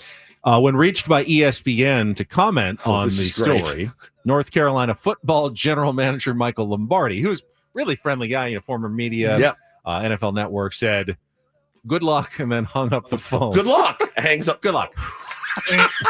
Click. Fantastic. Fantastic work. Not exactly a denial. No, not at all. Jeez. Interesting scenes last night at Daikin Park in Houston. Is that right? Daikin Park. The ninth inning, New York Yankees are taking on the Houston Astros, and it was the ninth inning was delayed for a while. Taylor Trammell. Were they counting Trent Grisham's home runs? Yeah, he hit another one. 30 bombs for Trent Grisham. Good for him. Taylor Trammell, another former Padre prospect and former Yankee. He was a Yankee for about 5 games last year. Comes up in the ninth inning off of David Bednar. They got an 8-4. The Yankees have an 8-4 lead. Just need to get these last 3 outs, get on a plane, and head home. So Trammell doubles. Aaron Boone goes out to the umpires and says, "You need to check his bat." And everyone is going instantly. Instantly. Walks out and goes, "Now check his bat." He said, "What?" The umpires are like, "Oh, okay." So they grabbed his bat. They conferred for a while. And so after the game, Boone said, "Look, it was just something we noticed in the series. We asked the league about. You're not allowed to do anything to your bat. I'm not saying he was. We noticed, and the league thought it was maybe illegal too. The discoloration on the label, I don't know if it was just natural or if it was sand. I don't know. I don't want to accuse Taylor. I'm not saying anything untoward or whatever." So then Trammell was a little bit confused after it. Now, mind you, this is in the ninth inning, and Trammell's just doubled. So we've got live game action here. David Bednar standing on the mound going, "Hey, man, I need to get 3 outs here so we can win this game and win this series." And his own manager has kind of iced him out at this point, and he's, kind of doing the thing where he's stalking around waiting to pitch. Trammell said after the game, they thought that my bat was shaved down too much. Can you shave down too much? What does shaving a bat do? I don't know. I mean, it makes it lighter, probably. Yeah, he said, but you can use just a get lighter bat if you want. He said, to be honest, I have no idea how you shave down a bat. I don't know what it is. My biggest problem is I feel kind of defensive right now, so it's kind of testing my character. I'm going to willingly do that. I'm kind of lost on this thing. If anybody knows me, knows I'm never going to cheat any turns or anything like that. I have no idea. So it's baffling to me that it was even checked. They didn't like it. Sorry. He said, my time over there, I have a lot of respect for Booney. He was straight up with me. But in this situation, I really don't understand it. I don't understand it. I don't really understand it either. If you think another guy's cheating, I guess it's part of your job to call it make out, the accusation. But I think you'd have to do it before the at-bat. You can't wait until it's like if he had struck out. It's like the George Brett thing, though. Second, it's the George Brett Brett thing. Said anything, but he gets a double, and all of a sudden you accuse him of cheating. I don't love that. Yeah, pretty wild. I don't love that. And again, icing out your own closer. That's him. He's shaving down his bat. Hey, looking good. Tight. I thought that was the buzzer that the Astros were wearing. Could also be that as well. Astros, man. Wow. It's always never a dull moment with those guys. All right, finally, I thought this was a great do this. DD mega doo-doo. The only the sports connection, of course, is Travis Kelce of the Kansas City Chiefs. But, of course, engaged now to Taylor Swift. We haven't talked a ton about it other than the one day it happened. But I saw this on Instagram yesterday from the official account of the band Foreigner. Dear Taylor Swift and Travis Kelce, we know what love is. We spent 40 years figuring it out, and now you guys have too. Please accept this as our formal offer to be your wedding band. Best wishes, Foreigner. You don't see anything pathetic in it. A little self-serving, maybe. A little bit. Would it be so cool to have Foreigner as your wedding band? If it's you, so yes. Cool. I don't know. Are they into Foreigner? That's the thing. If that was Travis Kelce heard of Foreigner? Does he know who Foreigner is? I think if they had talked, like, oh, what's your song? Oh, it's Waiting for a Girl Like You. Then if you're a foreigner, you're like, we have to pounce. But just randomly throwing out there. That would be a great first dance song. I've been waiting for a girl like you. It's a great song. Should we write them and say, hey, if you guys need any morning If entertainment? you need any entertainment, we are your guys. Sounds like a lot of work. They have to be We'll do a live show. Very dynamic. Hey. Now, you didn't have a wedding band when you married Hannah, right? 'Cause Oh, you did a no, very no, quiet no. ceremony. No, we got married by a prison minister on the beach. First marriage, did you have a band? No. No. DJ. Wedding? No. Have I ever seen a band at a wedding? Oh, you got married during COVID. Yeah, we Like, did. we had an actual band at our wedding. Yeah, that's cool. Yeah. Wedding bands I are don't know awesome. I don't see those very often anymore. You don't. Our buddy Bobby Cressy plays in tons of weddings. You don't. Tons of weddings. I forget what his name was. The guy that we hired. He's an older guy though, and Is he like a jazz singer? It was more. It was kind of a big band. Stop spreading the news. Old guy couldn't get our names right when he introduced us. Oh my god! There's Ben and Sheila. Oh my god! Oh my god! Would they run you about $5,000? Yeah, something like that. Something very expensive. Money well spent. DJ is probably the way to go at this point, no unless question. you can get Bobby Cressy or Foreigner, and then I'd say go with the live band. Yeah. That was Don't Do This with Ben and Woods on 97.3 The Fan. Don't forget the manager's report with Mike Shildt is coming up at 9 o'clock this morning. It is refreshed by Eco Water SoCal. Try alkaline water for just $9.95 a month. Eco Water SoCal, keeping it soft since 1925. But up next, we'll chat with our friend Darren Smith, the man of my dreams from earlier this week. Talk a little SDFC and San Diego Padres baseball coming up next on San Diego's #1 sports station, 97.3 The Fan. First, though, Woods and I want to tell you about Trust and Will. We just talked about Trust and Will sponsoring Don't Do This. Your Don't Do This moment is leaving your family in the lurch. When you're gone, when you could have easily set up some estate documents with trustandwill.com and gone through their online process. Took us about 20 to 30 minutes. Your results may vary a little bit if you have a ton of things. Basically like an inning or two of a baseball game is all it takes to set up your real estate documents and have a will or a trust for your family. That's exactly right. Very simple to do. Love the ease of use with Trust and Will. Just go to trustandwill.com. Use the code radio20 when you check out. New code for you. Code is radio20, radio20. When you check out, they're going to give you 20% off. And by the way, it's already a much more affordable price than what you'd get if you went to a lawyer's office. They're always looking for the billable hours. You got to go to a conference room. You got to bring all your documents and everything. Not required with trustandwill.com, but the Trust and Will is just as legally binding as what you're going to get from a lawyer. You put it away, and then, hopefully you don't need it for a very long time. But if you do, your family can stay out of probate court. It's a long, expensive process that ties up your assets for months or even years. No one wants that. You can avoid it simply by going to trustandwill.com. Use code radio20 at checkout and get 20% off at trustandwill.com.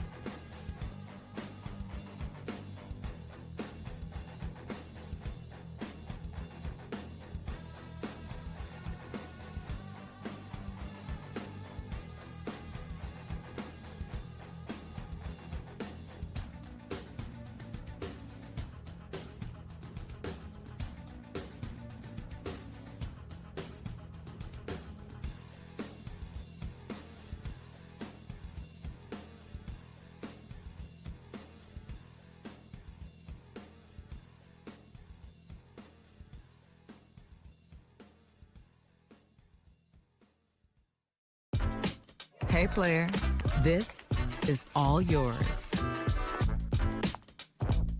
This room with this view. This speakeasy with this cocktail. Hey, could you make that too? The spa with this. Ah.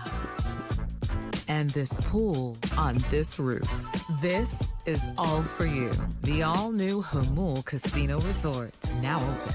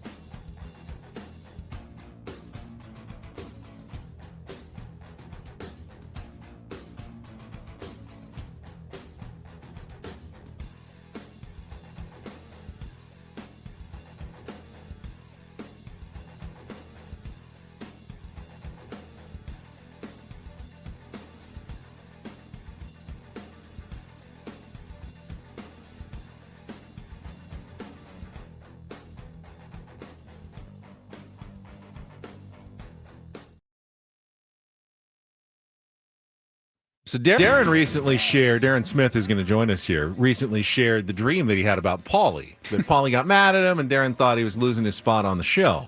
I had a dream about Darren Smith this week. Very unusual. I don't know that he's ever appeared in one of my dreams. I also, I had a very dangerous dream this morning. You ever dream that you just wake up and you're just getting ready for work like normally? And so you think you're up. And then, you dreamed that you got I up. was dreaming. I dreamt that my alarm went off, and I was just getting ready to get dressed, come to the show, do like I normally do. So I didn't have that panic feeling like I needed to get up when I needed to get up. And then all of a sudden, I'm ready. I'm going. Something happened. I turned over and I go, "Oh wait, I'm still sleeping." I'm in fact not ready. I am in fact not ready, and it is not time yet. Fortunately, I had that dream about 3 a.m, not at like 4:30 or 5 a.m. That would have possibly been a problem. But we got Darren standing by. He will join us right after this check of traffic on 97.3 The Fan. From the 855 Get Ross Traffic Center, protecting San Diego after accidents or injury, here's Kelly Danick. Traffic is sponsored by the kids of Caltrans. Got a collision now westbound King Freeway right before the 5. It's over to the right shoulder and getting reports of a possible brush or encampment fire eastbound King Freeway past Massachusetts. Some smoke visible in the area. My mom, my papa, my daddy. We're Chicago change on the freeway, right next to speeding cars. Please be careful. Be alert. Be work zone alert. Brought to you by the kids of Caltrans. All right, let's welcome San Diego radio icon, SDFC broadcaster Darren Smith with us this morning on 97.3 The Fan. Hello, Darren. Good morning. Good morning. Why is it so unusual that you had a dream about me? I don't know. It was a sex dream. That was the weird. Yeah, one. I mean, that was kind of normal. It was Happens better all the for time. me.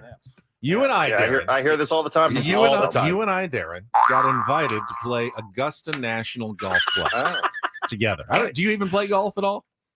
Terribly. Yeah, But I love-hate relationship. I have no idea, but we were there, and my dad was there, and we got invited by a member. And so we show up at the first tee, and it is absolutely pouring rain, and like it's blowing. It would happen to you. It would. Just going out and playing. It's like, it's fine. Okay. They said, no, this is normal. This is what you do. And we hit our first shots, and we come up to the first green, and there are waves crashing on the green. It's right on the ocean. And I go, wait, this is Augusta National. It's not right on the ocean. It's not Pebble Beach. And they go, they don't let you see that on television. They oh my tell God. you not, but no, this is the real. This is real. It's always right on the ocean. And you have to putt. You have to wait for the wave to recede before you can putt. That's unreal. Like you're waiting. Okay, the wave has gone back. It's now time to quickly putt and go to the hole. And then you finish the first hole. And then we went into this giant like room that was between the first and the second hole. Like, Where is this? That was the orgy tent, is what they called it. The Augusta orgy tent. It was very bizarre. It was where we one were of the- shaving our bats. That's right, shaving your It's one of bats. the strangest dreams I've ever had. That's so weird when Darren, you were random part of stuff. Yeah, when like a random's in there. Thanks for having me. I appreciate Yeah. it. It's been fun, but I think we probably should just call an end to this right now.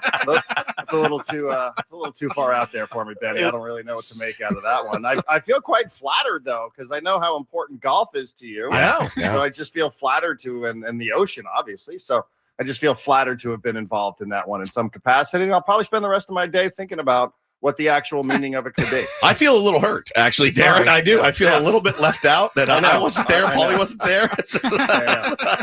I know. I can see how this might be causing some problems. Yes, indeed. Ben's How did universe. Ben and Woods end? Well, Yeah, Ben was had a dreaming drink. about Darren Darren Smith. My man. So, what a crap week. I mean, we were talking about it yesterday. We're like, we've walked in here every morning this week to be like, I have no idea what's going wrong. This team is they were falling apart at the seams, it seemed, Darren. And I was at the game the other day, and I've never heard boos that loud. I've heard boos for opposing teams, right? Here's, Shohei Ohtani. Yeah, fine. I've never heard boos for the home team like I heard at Petco the other day. I was legitimately shocked. Yeah, I mean, I give Nestor Cortez credit for saying the thing that lots of people say afterwards, which is like, yeah, I get it. Like, I probably would have done the same thing if I were sitting in those seats as well. It's not good enough, it's just not good enough. And I mean, I'm not a guy that boos. I also not a guy that reprimands people who do. Yeah. And there's a lot of frustration, and I think the frustration isn't limited to people paying customer. I think you're around it. You guys know there's a ton of frustration top down. Like, nobody is happy in Padre land. Nobody at all. Nobody feels good about this. Even if you're one of the people performing, you don't feel good about it. So, I don't know what they did yesterday on their off day. And I know Colorado has a little bit of a, it's got its benefits and it has its negatives, right? Yeah. It's pros and its cons to playing against Colorado. But, how they show up today, I think will be something worth watching. I'm kind of curious to see just the vibe, the energy that the team has when they actually show it on television, for as much as you can try to pick up on that stuff. Darren, how much do you think that our current state of dissatisfaction, though, has less to do with the Padres going into a slump and more to do with how close they are to the Dodgers? Had the Dodgers been what people thought they were, an already 100-win team going into September, and the Padres were 15 games out, but still comfortably in a wild card, would we all just be going, you know what? Don't worry about it. It's, get it out of your system right now. Yep. And we'll worry about it later in September. Just be playing. But the fact that the Dodgers are struggling and are only 2 games ahead of the Padres, is that what's making us lose our mind about how the Padres have played lately? Not for me at all. Okay. I don't think about the Dodgers at all.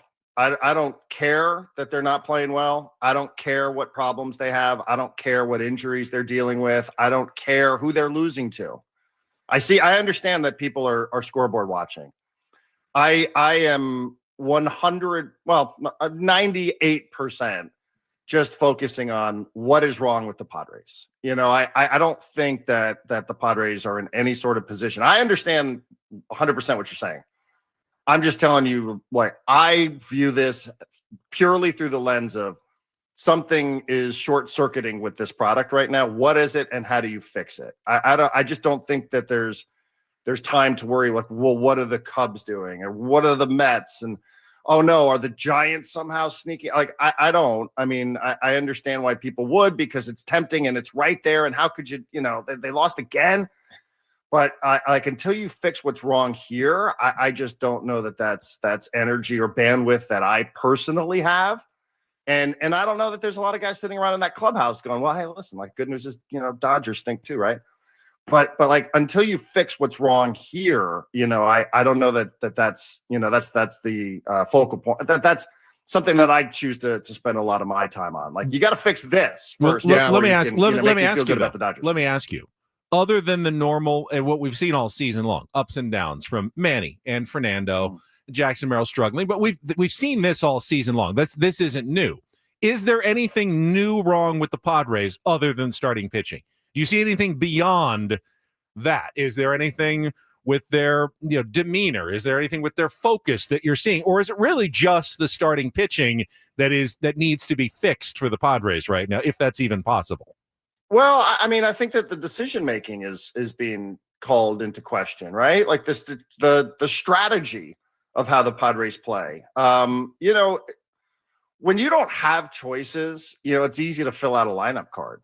But now you do, and how you fill that lineup card out, I think is being put more under the spotlight, right? And I think that's fair. How are these decisions being made? Why are you just playing matchups here, or like you going with your gut, like? And it's like, listen, I know I mostly come on to talk about SDFC, but there was a while where like we didn't have a bench, and Mikey Varas is just like, here's my team. Like, what do you want me to do? I have like 3 subs. Like I don't have any choices. But now he does, and it's been an interesting conversation to find out how it is that he fills out a starting 11. And I think the same thing, with Mike coming up here in a little bit. Well, how are you arriving at these decisions that this guy goes over this guy, and this guy goes over that guy, and this guy at this possession over that guy? So, I mean, yeah, you're right about it. The starting pitching obviously is the thing that most are chatting about. Why can't it go deeper into some of these games? But I think it also game strategy down the stretch is a really, really big deal in terms of how you operate, how you function, the calls, the bunting, all that sort of stuff in the lineup construction now between now and the end of the regular season. That's a really big deal. Like, I think people are paying attention to that sort of stuff. Yeah, I mean, almost obsessively at this point. Talking to Darren Smith here on Ben and Woods this morning, they're paying attention to it obsessively. And I will say this: when execution is lacking, all of that stuff just gets magnified, right? Like 100%. Wandy Peralta comes in, he gets his ground balls. He got his ground balls. We booted it, right? Like it just is. There's this snowball effect. Defense, I think, is something that can and should be cleaned up a little bit right now. The execution or lack thereof by the starting pitching and honestly the defense lately, like I've loved the effort, Darren. I see these guys playing hard. I do.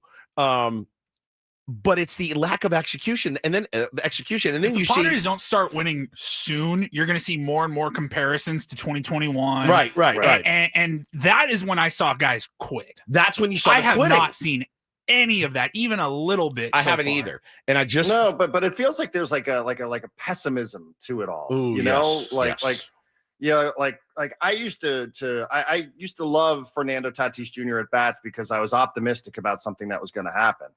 And I don't feel that way when I'm watching it. And, I don't think it's effort. I know that Fernando is oftentimes, he's even his demeanor afterwards, come on, Fernando, like, yeah, it's not that bad.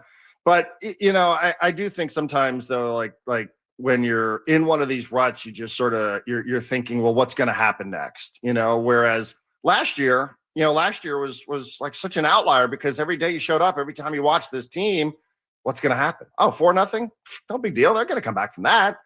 Of course, it's just a matter of who. Let's start playing a game of who it is that's going to be the hero in this one. Yeah. And now you sort of just feel the opposite. It's weird. It's our world, man. It's like completely flipped on its ear from where it was a year ago. I think it's hard to avoid the here we go again scenario when every game starts exactly the same. Correct. I mean, human nature, when you give up a home run or two in the first inning, you're going to go, here we go again. I mean, it's the same ride, when you get on. I mean, Shildt admitted it, AC, in one of the rare moments where he wasn't being combative, he did say, like, when you're down 5-0 again, like the at-bats, and Shildt said it in the press conference on, what's today, Friday, Wednesday, right? He's like, yeah, like, you could tell. Like those, he didn't come right out and say those at-bats were crap, but, he didn't dismiss it. And acknowledged the question. And I think that told you everything. He's been in an interesting space the last couple of times that I've watched these press conferences Mike Shildt has been, and that he hasn't been his normal self, because it's sort of like it's sort of like the acknowledgement of, it's not good. Like it's not really, really good here. And like we've really got to do some soul searching as a group. That was refreshing for me. And I said it when I was like, I'm not saying that he's not a guy that takes responsibility. I'm not saying that at all. But when he said, I take responsibility for this, it starts with me, I went, okay, all right. And we are such weird creatures that we need to hear that. Like I got to give credit to Nestor Cortez. Sammy said the same thing yesterday.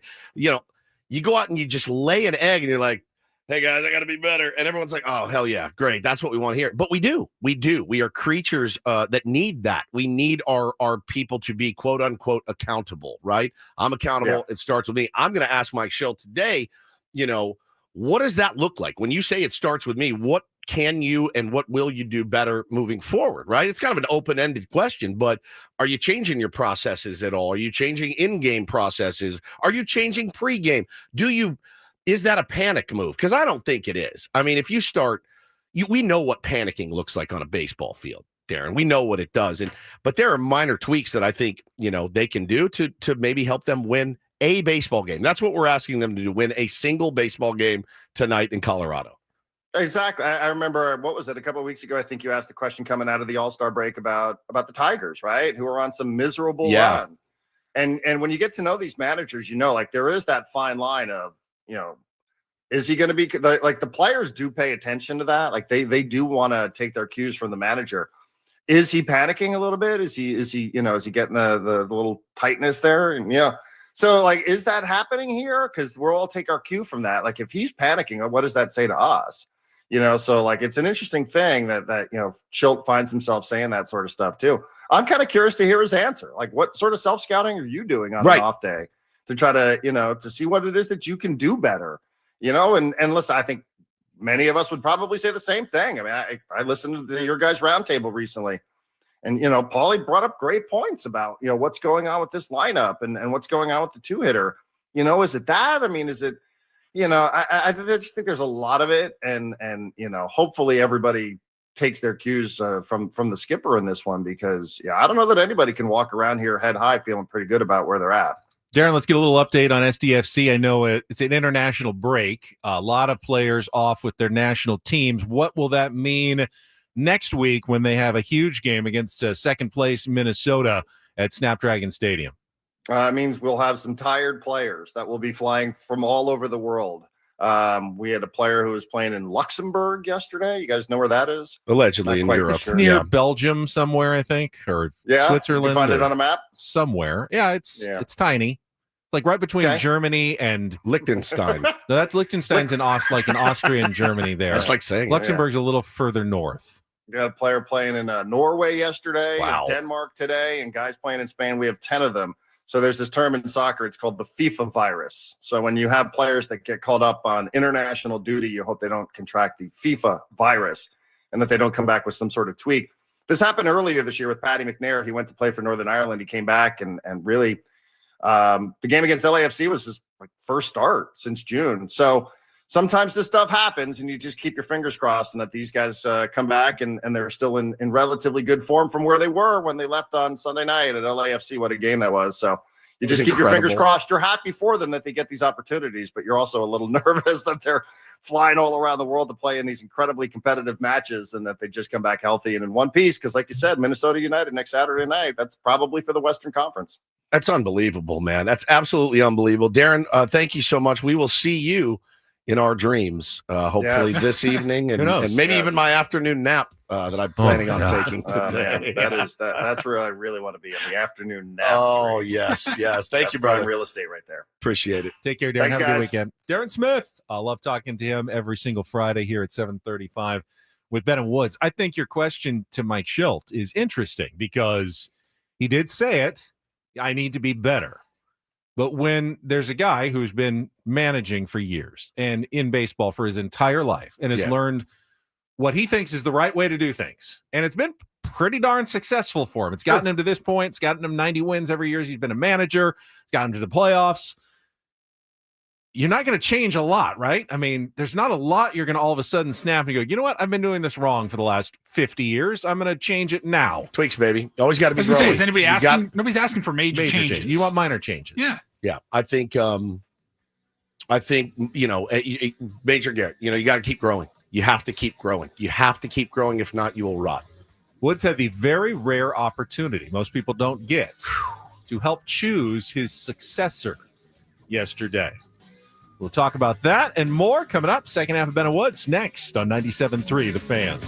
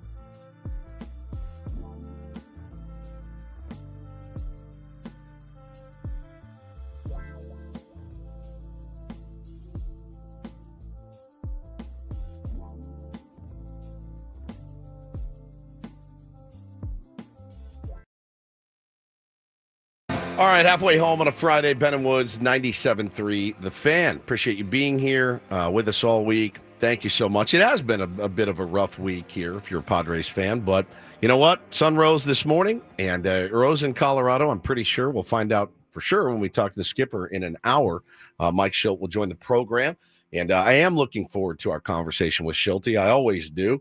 22 games left in the regular season. And I told you yesterday, you will miss it when it's gone. Even all the pain and strife and perceived suffering that you go through, you're going to miss it when it's gone. So try to enjoy it while you can. Obviously, dubs make it a little bit easier to enjoy. And hopefully we get one tonight. That's really all I'm asking, is just win a game tonight. I'll be at the Savannah Bananas, though, so I'll be watching on my phone, keeping track that way. I'm Woodsy. That's Paul Reindl. He's the executive producer of the program. Ben Higgins, your friendly neighborhood sports anchor, joins us as well. I will miss it when it's gone. Yeah. I didn't miss it yesterday. I was I was didn't actually either. okay for a day off. We were due. It was nice to watch some football. I played with my kids last night, played some music with them. It was amazing. We jammed, played some piano, some guitar, some drums. We really had a great night, just not being fully into some game that was ripping your heart out at the time. So it was really nice. It was a good breather. I woke up this morning thinking it's an opportunity day. Correct. New day. You know what? New day. Go out, erase the last week, go out and win a baseball game. And That's right. This is where I think Mike Shilt's philosophy really, really can serve the Padres well. Not trying to win 10 games. We're not worrying about the last 140 games. We're just trying to win one baseball game tonight. And he says that all the time. It's the only way to live, man. It's when the we would only love way to to live. look ahead, like, oh, are you going to be able to chase down the Dodgers? Are you going to be able to do this? And he's like, I'm just trying to win one baseball game tonight. It's the perfect attitude for this game. Perfect attitude. I mean, at this point, like, to get back in the win column, you just go after it tonight. You really do. I mean, you're playing a team in Colorado that you should handle, but we've said that for the last week. I mean, the odds, you were the favorite in every game in the last 10 games, probably would be my guess. Sometimes heavy favorite, but I think you were the favorite almost every game. I think you were underdogs against Joe Ryan. Maybe. When you had your bullpen day that day. Potentially. Other than that, maybe favored in every other game. Yeah, for sure. I just win the game tonight. Find a way to win tonight. And then you got 21 left to go after that, and just keep checking them off. And win as many as you can, because it could get really interesting.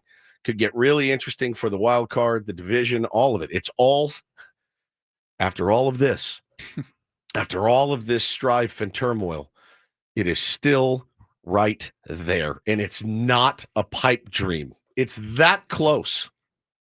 You can see the brass ring. Everyone knows there's a brass ring that exists. And if your brass ring, the first one, is the division, it's not like it's 1,000 yards down the road.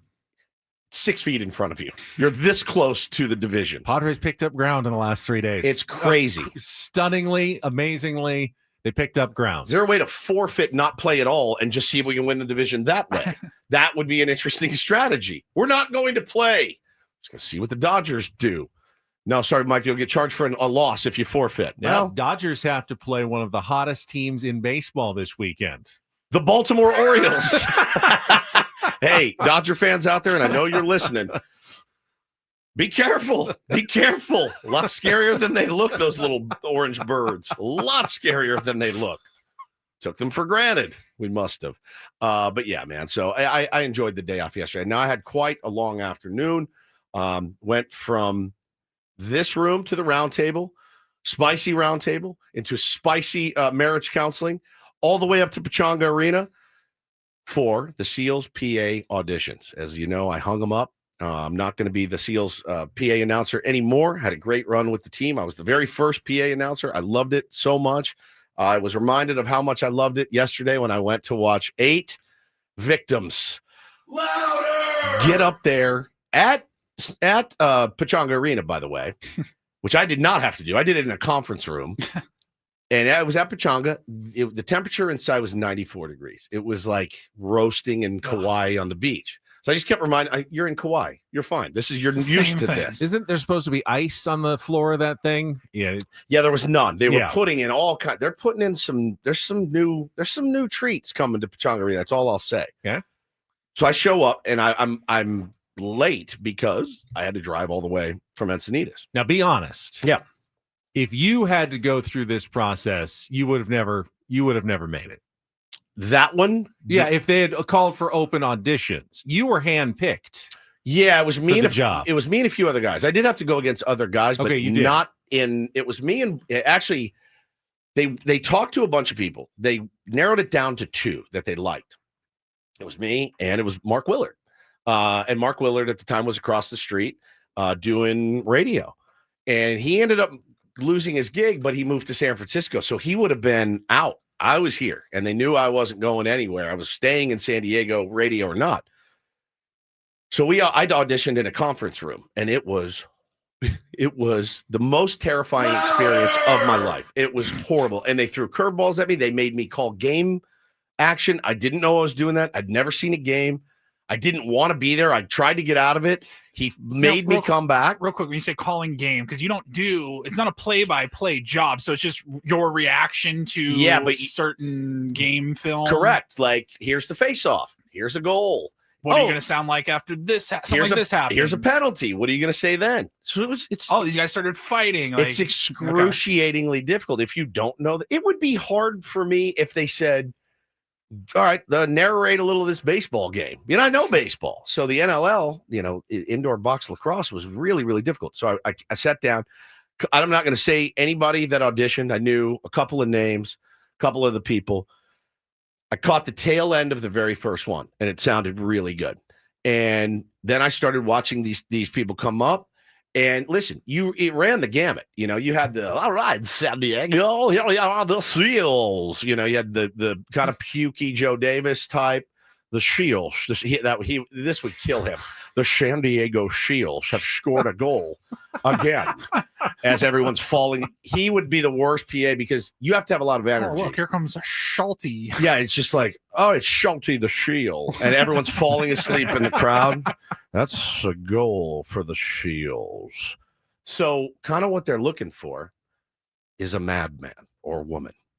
They're looking for a mad person.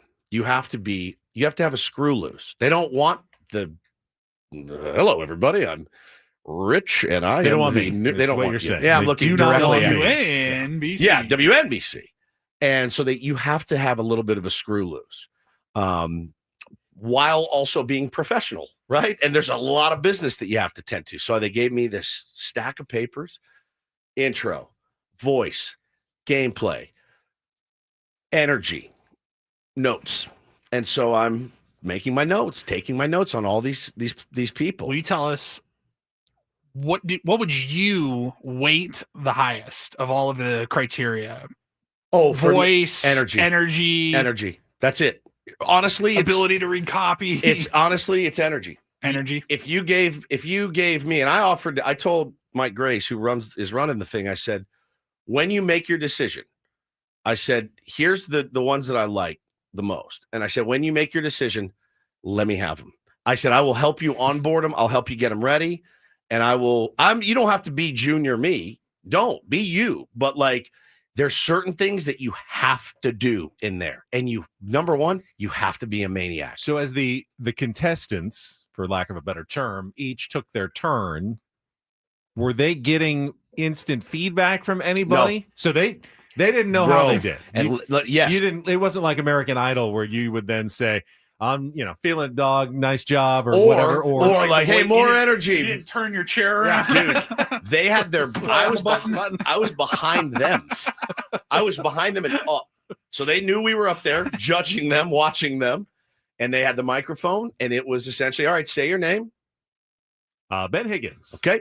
And then we're going to start with a little player intro, and they gave him 6 names to read. Your captain, number 14, Wesley Berg.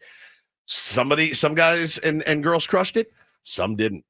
And then they go to the face-off. What are you going to do during the face-off? Oh, and here's the defense. The defense. Except every contestant went like this. Defense.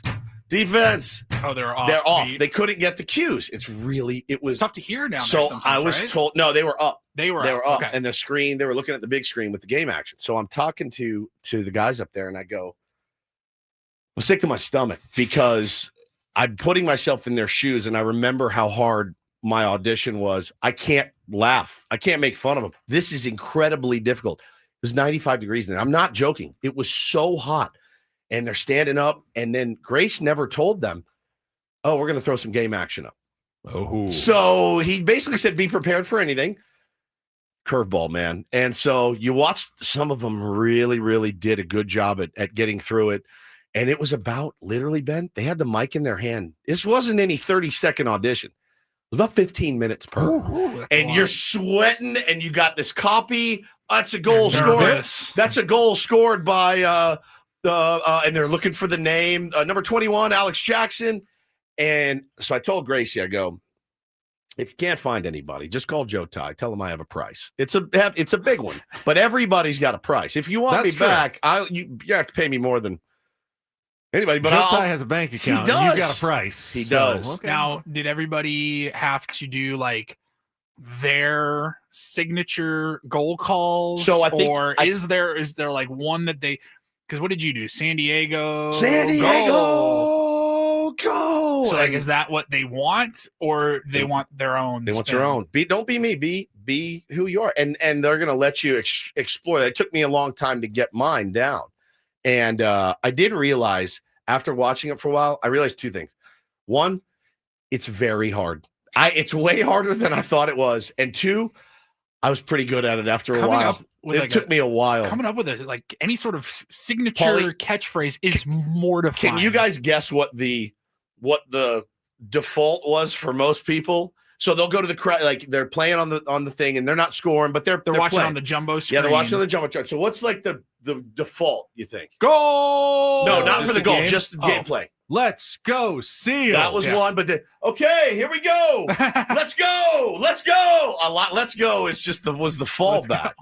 It was. Oh man, it was excruciating. Now, the one thing that they couldn't really duplicate or simulate in the tryout, and you learned this very well over your how many seasons? Six seasons. It's the endurance required. Dude, you cannot duplicate that. Even 15 minutes, it seems like an eternity for them. Wait until you do it for 2 hours, 2.5 hours, a 5-minute break at halftime. Yeah, about 5-minute break. It's your. How do you think Ben would have done if he auditioned? Standing I wanted him to on the glass the entire game, locked in, shredded throat. Then they score 7,000 goals a game. So you're banging on the glass.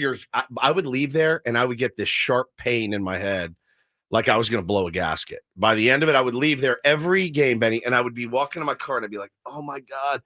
I would black out. I would see stars sometimes when I did it. That's what they want. They want a lunatic in there. And I think there's some real potential. And I'm looking forward to working with them. And I told Gracie again, I said, first call, man, if somebody can't make it, because I definitely want to do it again. It's one thing I realized. I want to do it again. I just don't want to do it full time. But fill in, 100% I will go back in the booth. It was cool. I love that organization. They were so good to me. And I love the players. And I love the sport. So it's funny. I never had really any aspirations of being, and I know this isn't play-by-play necessarily. It's more PA and announcing. But I never really had like the desire to pursue play-by-play. I've done it a couple of times and it was fine. It was mostly just a gig, make a little bit of money, but I never anytime I thought of okay, you gotta have you gotta have your home run call, or what is your voice going to your tone and everything. And all I could do is no, that sounds like so-and-so. Correct. I stole that from so-and-so. And it's out of respect. You're it was so good. I kind of, maybe you're paying a little bit of an homage to them. But I do the Don Orsillo. Oh yeah. After a goal sometimes. But it took a while, man, to get the walk of shame and all that stuff. It took a while to get coming up with your shtick. Yeah. Together. We tried it all, man. We tried so many. It's Frank. It's tough. Once you hear all. Someone else do it. Yeah, you want to steal their stuff. It's hard not to. I did public address for many years, my first jobs. but I always kind of sounded like the man I listened to growing up. Bruce Binkowski, the longtime public address voice of San Diego at Jack Murphy Stadium, Chargers games, Padres games. He did just about everything. Bink, great guy, worked in the radio business as well, for a time. But I kind of sounded like he did because that's who I always listened to growing up. Sure. And number 19, Tony Gwynn. We had one guy that was great, and he was like, put him in the play-by-play because he was doing play-by-play during the thing, which you're not supposed to do. But his cadence was this. San Diego, Seals. That was his. Instead of San Diego Seals. It's like kind a of real sounds like seal. a seal. I know. It sounds like a seal. Well, it's Dude. unique. It was very They unique. all sound weird, but then if you hear it enough, and all of a sudden you're like, I guess I can see that working out. It was wild, bro. It was wild. I was there for like 3.5 hours of just making notes and watching them, and it was dope. It was dope. It really was like watching a man French kiss my wife, though. I did feel like I felt like a divorced dad, right? Like, hey, let me drop my kid off here at Chuck E. Cheese, and I'll see him next weekend. Like, that's what I felt like. That was my baby. So you got a price. Joe Ty comes to you today and goes, Woods. 6 figures, buddy. Give you For a generous, PA, like 6 times a year. 7.5% raise on what you've been making. That's not going to do it. No, I need a lot of money. He's got a lot of money. Throwing a parking spot. Nope. Got a parking spot. Got one. I'm good. It would have to be money where I was like, babe, I'm sorry. I'm sorry. I'm going to miss a couple games. I love you, but I have to do this. It would have to be that kind of money. Don't worry, I'll buy you a new car. Yeah, exactly. In cash. right? Like, it would have to be one of those. But whoever it is, I'm going to support and help and train and whatever they need. But it was really cool. We got Mike Shildt coming up at the top of the hour. Before that, though, how about a little take on Woods? Your chance to win the last pair of tickets to the Head and the Heart at Gallagher Square on September 29th is coming up next. If you want to be our contestant, you can call in now, 833-288-0973. We'll play our musical trivia game and then talk some more baseball at the bottom of the hour with Ben and Woods. Don't go away. San Diego's #1 sports station, 97.3 The Fan. Gambling problem? Call 1-800-GAMBLER. GEGE 000-466. For a full list of games and rules, play at 7 Mile Casino. Visit 7milecasino.com. All right, 7 Mile Casino, one more time this week before you head to the weekend. If you're trying to make your plans, something to do, you got friends in town. Like Aussie Tony was in town this week. Did he I don't know if he made it down. or not? I haven't talked to him today. Hope he did. I know he set it up to LA, but if you have any friends in town, it's a great place to go spend a couple of hours. Have a cocktail at the bar. They got a full bar at Sammy's. And go sit down at one of their great California-style blackjack tables or sit down at a Texas Hold'em table for a couple of hours. Just enjoy yourself in an upscale, terrific environment that they set up for you at 7 Mile Casino. Yeah, and of course, don't forget Pai Gal and Baccarat as well. If those are your games, and listen, your high limit guy, they'll take your action. Certainly, they'll take good care of you as well. Great food, great dealers, smoke-free environment, got everything you're looking for. Make sure you do yourself a solid. Get down to 7 Mile Casino. And why would you go anywhere else when you can drive, 45 minutes or more and 45 minutes back? That's an hour and a half that you could be sitting at the tables enjoying yourself because 7 Mile Casino is so close. Hop on the 5 freeway, get off at E, stay on the west side. That's Bay Boulevard. You'll be pulling in within a quarter of a mile into a parking spot and sitting down at a table. It's 7 Mile Casino, just 7 minutes from downtown.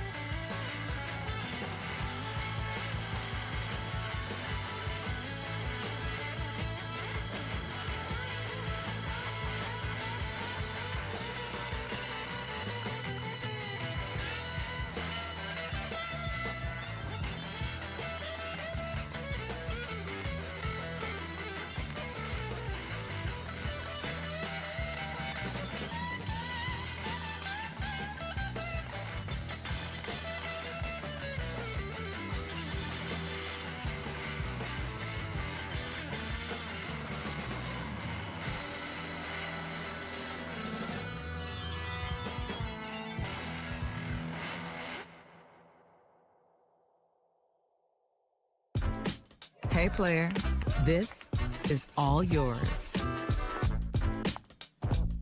This room with this view.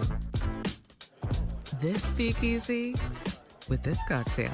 Hey, could you make that too? The spa with this. Ah. And this pool on this roof. This is all for you. The all-new Hamul Casino Resort, now open.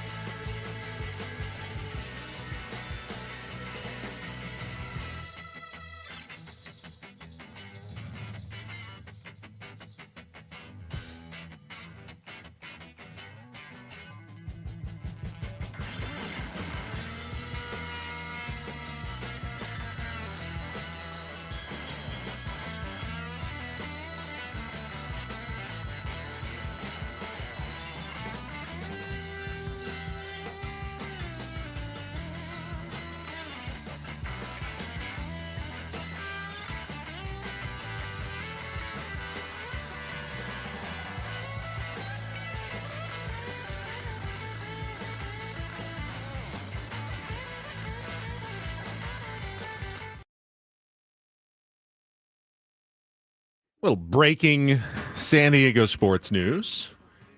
Anders Dreyer was just named the MLS Player of the Month for August, further bolstering his case as perhaps the MVP of the league here in his first season in MLS for San Diego FC. Dumb question. Do they call it the MVP of the league, or do they do something weird because it's soccer and they call it something totally different? Golden Boot. Something like that. That's a good question. I know the worldwide MVP. Somebody will let me know. Ballon d'Or or something at the end of the year. I'd like to be that. The Ballon d'Or. But every discussion I've heard is just MLS MVP. Make sure this is the right. It's you're not going to believe this. The Golden Boot. No. Oh. It's even better. It's the Landon Donovan MVP Oh, award. let's go. Landon Donovan Trophy. Come on. Landon is losing his mind if he's listening. Good morning, Landon. It used to be known as the Honda MLS Most Valuable Player. Then it was the Volkswagen MLS Most Valuable And Player. Landon bought the rights. And on January of 2015, MLS renamed its MVP award in honor of Landon Donovan. I would like to request that people in our chat don't let us know that they're sitting on the crapper and in the midst of that whilst they're chatting. We did have a long discussion about it yesterday. And a little to bit be this fair. morning. God, I don't want to think about this when I'm. Oh, God, the whole chat's talking. Everyone, yeah, I'm on the crapper too, man. How's yours going? It's great. It's great. Fantastic. Okay. Remember we did ask one time if anybody has ever made love to their spouse or significant other whilst listening to Ben and Woods, and found out it's actually happened quite a few times, which that will never not flip me out. That I would like to hear about. I'm interested in that. Well, you'd like to hear or like to hear about? I'd like to hear about it. If you're doing You that don't in the wanna middle, overhear it. but you couldn't really chat and, I mean, I guess you could at the same time, but I like that. All right, that is 8:28. Got a couple of contestants on the line. It is time for the last game of the week. Let's take on Woods.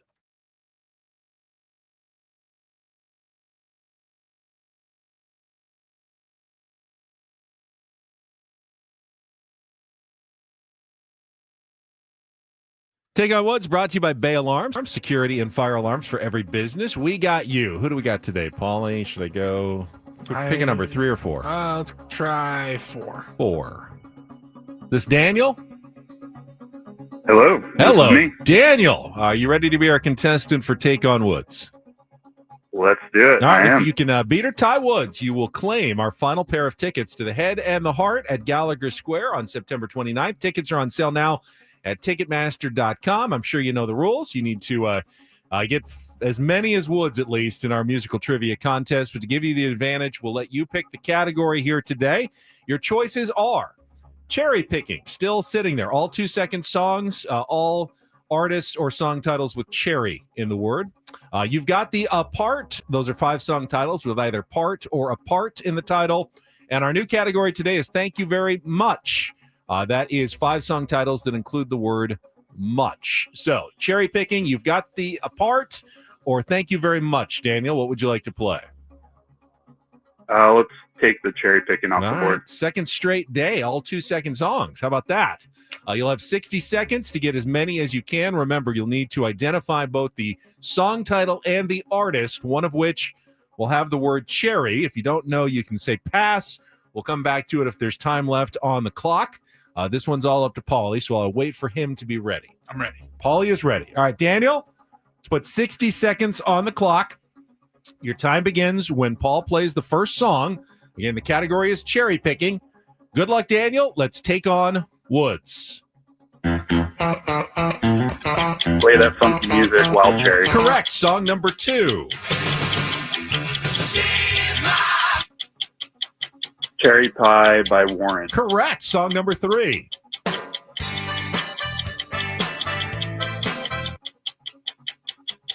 Pass. Song number 4. Save Tonight, Eagle Eye Cherry. Correct. Song number 5. Cherry Cherry, Neil Diamond. That is correct. Back to song number 3. I know that. I think it's John Mellencamp, right? It is. And what's the name of the song? I wonder if this will be the difference. Time running out. Cherry Bomb? No. Oh my God, he got Cherry it. Bomb. Oh, Wow. Nicely done, Daniel. I mean, there's only so many cherry things you can kind of guess. That's a perfect score. Wow. That's 5 out of 5. You got them all. Wild cherry, cherry pie, cherry bomb, eagle eye cherry, cherry cherry. Let's see if Woods can match that. Daddy, you've won the tickets. No doubt about that. You just stay on the Well line. done. That was a fun category. Let's see if Woods, how he does with the same 5 songs. Another all 2-second song category. Second day in a row. Okay.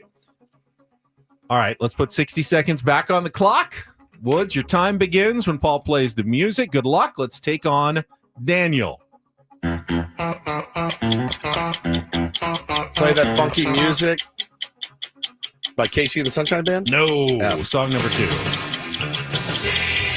Cherry Pie by Warren. Correct. Song number 3. Cherry Bomb by John Cougar Mellencamp. Correct. Song number 4. Save Tonight by Eagle Eye Cherry. Correct. Song number 5.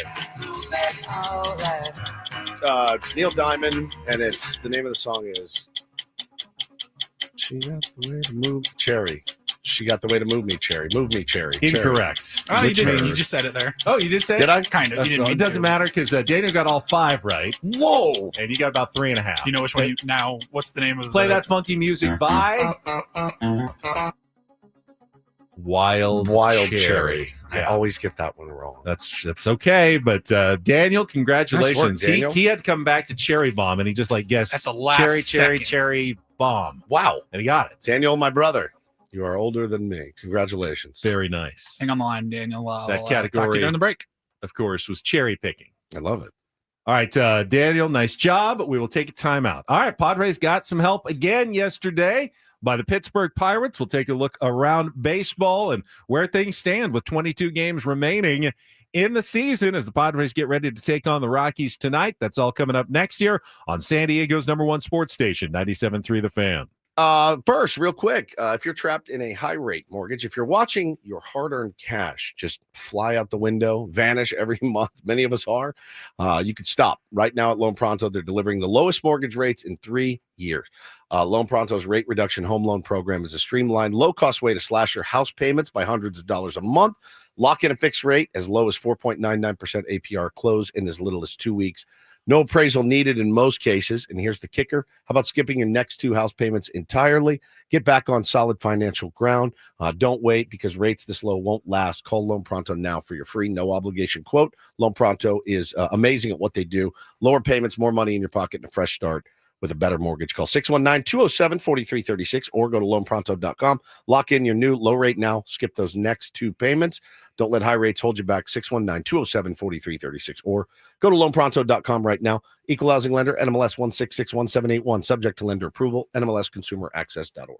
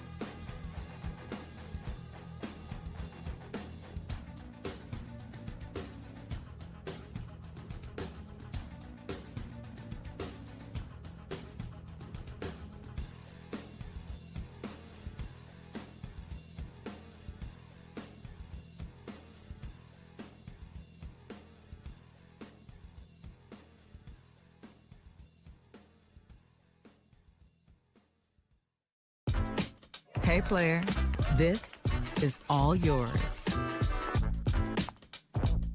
This room with this view. This speakeasy with this cocktail. Hey, could you make that too? The spa with this. Ah. And this pool on this roof. This is all for you. The all-new Hamul Casino Resort, now open.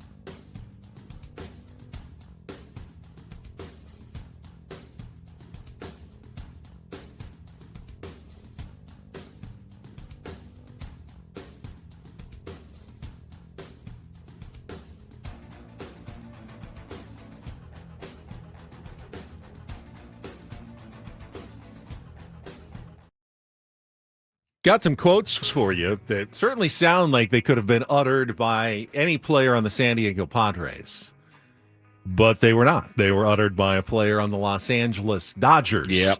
After yesterday's loss, as the Dodgers got swept by the Pittsburgh Pirates, and we'll get to that and the rest of baseball here after a quick check of traffic on 97.3 The Fan. From the 855 Get Ross Traffic Center, protecting San Diego after accidents or injury, here's Kelly Danick. Traffic is brought to you by the grilling store at Hillcrest Ace Hardware on University Avenue in Hillcrest. Not too bad of a ride. That crash finally cleared up on westbound King Freeway just before the 5. We still have this 2-vehicle accident on South 5 Coastline near La Costa. That's over to the right shoulder. The grilling store at Hillcrest Ace Hardware on University Avenue, Hillcrest. Get the popular Weber Traveler portable gas grill for as low as $349. Perfect for the beach, tailgating, or anytime. The grilling store at Hillcrest Ace Hardware, where service still matters. I'm Kelly Danick with Ben and Woods, San Diego's #1 sports station, 97.3 The Fan. Did you know, Woods, that in the NL West since the All-Star break, the team that has scored the fewest runs is not the 100-loss Colorado Rockies. It's not the inconsistently offensive San Diego Padres, the Arizona Diamondbacks, who traded away their best offensive players, or at least a couple of them, at the deadline, and not the San Francisco Giants, who went into a giant skid for a while before they started playing well recently. It's the Los Angeles Dodgers. Baseball's leading team in runs has scored the fewest in their own division since the All-Star break. Crazy, they just have not been playing well offensively in the second half of the season. It kind of all came to a head this week as they were swept 3 straight by the Pittsburgh Pirates. They did not end up getting shut out yesterday, although Paul Skeens once again pitched 6 shutout innings. He has an ERA of about, it's under 2 now for the season. It is. He got his 10th win. He is probably going to be your Cy Young Award winner this year in the National League. His home ERA of his last 5 starts is like .35. He has been dominant, and the Dodgers didn't really even have much of a prayer of scoring. I love Paul Skeens. In that game. I told you guys. Yesterday. Didn't I tell you? I don't get me wrong. I love Paul Skeens. Yeah. He has some videos on Instagram that I lie in bed at night and I show my son. The longer one is the Every once in a while, you need the long one. And to be clear, there's no There's no shame in losing to Paul Skeens. God, no. Even for the Los Angeles Dodgers. It was the fact that they had lost the first 2 games and gotten shut out earlier in the series that kind of makes it sting a little bit more. Here are some of the quotes from veteran infielder Miguel Rojas. He says, "It's frustrating. It's embarrassing." He said, "I feel like ever since we started playing poorly a couple of months ago, the pressure and frustration has been building up on this team. We know what we're capable of. We're playing under the threshold, the goal that we have. But at the end of the day, we got to put all that aside, and we have to find some joy and some motivation to come to the ballpark. Not just, I got to do my job. We have to come here and enjoy ourselves around the clubhouse, regardless of the situation." Sounds like problems in the clubhouse. That's what I'm inferring. I mean, losing is always the biggest problem. 100%. It's like what Darren was saying earlier about decision making. You know, your decision making as a manager or as a dad or as a boss is literally dependent on the execution of the people that you are managing. It really is. Truly. If it works, you're a genius. If not, you're an idiot. That's it. If they execute, you're a genius. Jake Cronenworth backhands that ball, doesn't snow cone it, gets a better flip to second base, Ben. Shildt's a genius. He didn't do anything wrong there. Has he made decisions that you look at and go, yeah? And I think, you know, one thing I questioned him about last time we talked was the lineup construction. You know, I don't think it's going to change necessarily. I really don't. That's a decision that you make and put out there. You know, you've got your reasons for it. But I think the way that this current stretch has been going, guys haven't executed. You know what would be amazing? If you could watch baseball like alternate universe, like, and watch the outcome based on like both decisions a manager made. You bunted here or you didn't bunt here. And you could actually see how it turned out at the end of the game. Could you imagine? But I think the torture. Let's Cease have one more batter, or pull it now. All right, let's see how each timeline played out. I hate you for even putting. I hate you for putting this in my head. I think the reality is, and you're touching on it here, that a lot of the time, and we don't like to acknowledge this as fans, when your team's playing well, both decisions were right. And we're team playing poorly, both decisions were wrong. Correct. You can't do anything about it most of the time when you're the manager. Well, the funny part is you see it all the time in baseball. You know, the manager, they're like, they got a guy hot, but they're gonna leave him out there. He's going with his gut, strike 3, and the manager gives a fist pump, and the pitcher gives and then you'll hear the talking heads. Hey, that's just the mark of a good manager. He knows his players. He knows that he was going to get out of that. He knew it. He didn't. He did what he thought was best in the moment to make a decision. And either was very right or was very lucky. Yeah.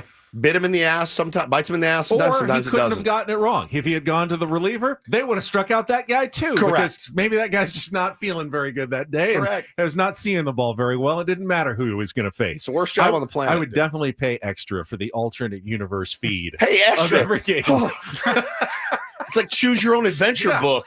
You know, A, B. You're like, oh no, I ended up in the salt mine. You're like, oh, this one I'm in the garden. It's great. It is just, it's excruciating. But ultimately, I don't think that there are many games that truly hinge on the outcomes of decisions. If you could, and I read those books. Did you read those books? You Choose Your Own Adventure. I loved them so much. I did too. But if you did you skip ahead? I did.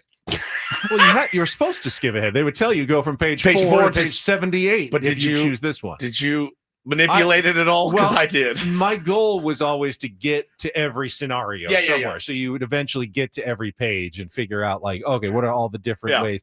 Because usually they kind of lead you in one direction, but you always end up back in the same place. Correct. There are only like 2 or 3 different endings. Those were great. But, ultimately, I do think that if you could choose your own adventure at the start of every baseball game and like, I'm going to do this lineup. I'm going to do this lineup. No, I'm going to make this guy bunt. I'm going to bring in this reliever then. Like 95% of the time, the same team's going to win and the same team's going to lose. It's not as much on the decisions as it is on the, as you said, execution, talent, just particular night. Some teams have it going and some teams don't. And it's not really about the decisions by the manager. They'll make a difference every once in a while on the margins here or there, but not on a consistent nightly basis. Should you be questioning every decision that your manager makes? Yeah, I mean, it's I've always been it's on the players guide. That's one thing. I've waffled on a lot of stuff, certainly. But I've always been a guy that blames players because they're the ones that play. They're the ones that throw the pitch. They're the ones that hang the slider. They're the ones that boot the ball. They're the ones that don't take the extra bag or take too aggressive of a turn, whatever. Like, it's on them. And you can put the lineup out, and at the end of the day, everybody in that lineup is supposed to do their job. Now, it will come back to bite you. If, like it has, I think, with Shildt, and it's probably driving him crazy. You know, they're writing articles about it, letters to AJ with a long, really well-written piece, as usual, about lineup construction. And I think as a fan, you just don't want to get to the end of the year, Ben, and go, what if we had that alternate universe and you had hit Laureano second or O'Hearn second, whatever, right? You don't want to get to that point. But then again, you know, as the skipper of a team, you don't manage. I would say that you manage to numbers. I'm going to ask him a little bit about that. Like, why not just manage to the numbers? Doesn't that cover your tail a little bit more, right? Like, because the numbers say that's probably not the right lineup, but you know, why not just manage to cover your tail a little bit? Don't you sleep better at night knowing I did exactly what the numbers told me to do, right? Anybody can do that, though. Sure. Anybody can do that. Sure. Give me a spreadsheet. I'll go manage the Padres to the Sure. numbers tonight. Correct. You can manage the Padres to the numbers. Well, AI tablet, Yep. and you tell me what to do. The numbers tell you to do this. You don't hire a manager for that. Some teams do. Some teams do. Yep. The Dodgers, of course, you know, the big advantage that the Dodgers have over everybody is their starting pitching. And while that, I think, remains true, Blake Snell gave up 5 runs in 5 innings yesterday, took his 4th loss of the season. He said afterwards, we're just not playing good baseball. That's really it. We got to figure that out. That one's on us to do. Did he Gotta say get he it was going. frustrated? Frustrated, He was yeah. It's crunch frustrated. time right now. Can't really have excuses. So, yeah, as bad and bleak as things are looking for the Padres this past week, there's really nothing different right now about the Los Angeles Dodgers. 2 very struggling teams at the top of the division. And ultimately, whoever pulls out of it quicker is probably going to win the NL West. Yep. And, you know, Padres have a great opportunity this weekend to start doing that against the Colorado Rockies. You know, the Dodgers probably say, hey, Baltimore Orioles are still in last place. They may have just swept the Padres, but it doesn't mean that's going to happen to us. They have to go on the road, though. East Coast trip is a little tougher. Coors Field's also pretty tough, though. So who can turn it around quicker? That's probably going to determine the division these final 22 games. I mean, you'd be insane. I almost said you'd be insane to think that Dylan Thief. No, you'd be insane to think that the Dodgers' struggles would continue, right? Is that, even though the trends are pointing in that direction and the lack of runs, and why do I feel that it would be insane for that to continue? Maybe it will. You have to step up your game.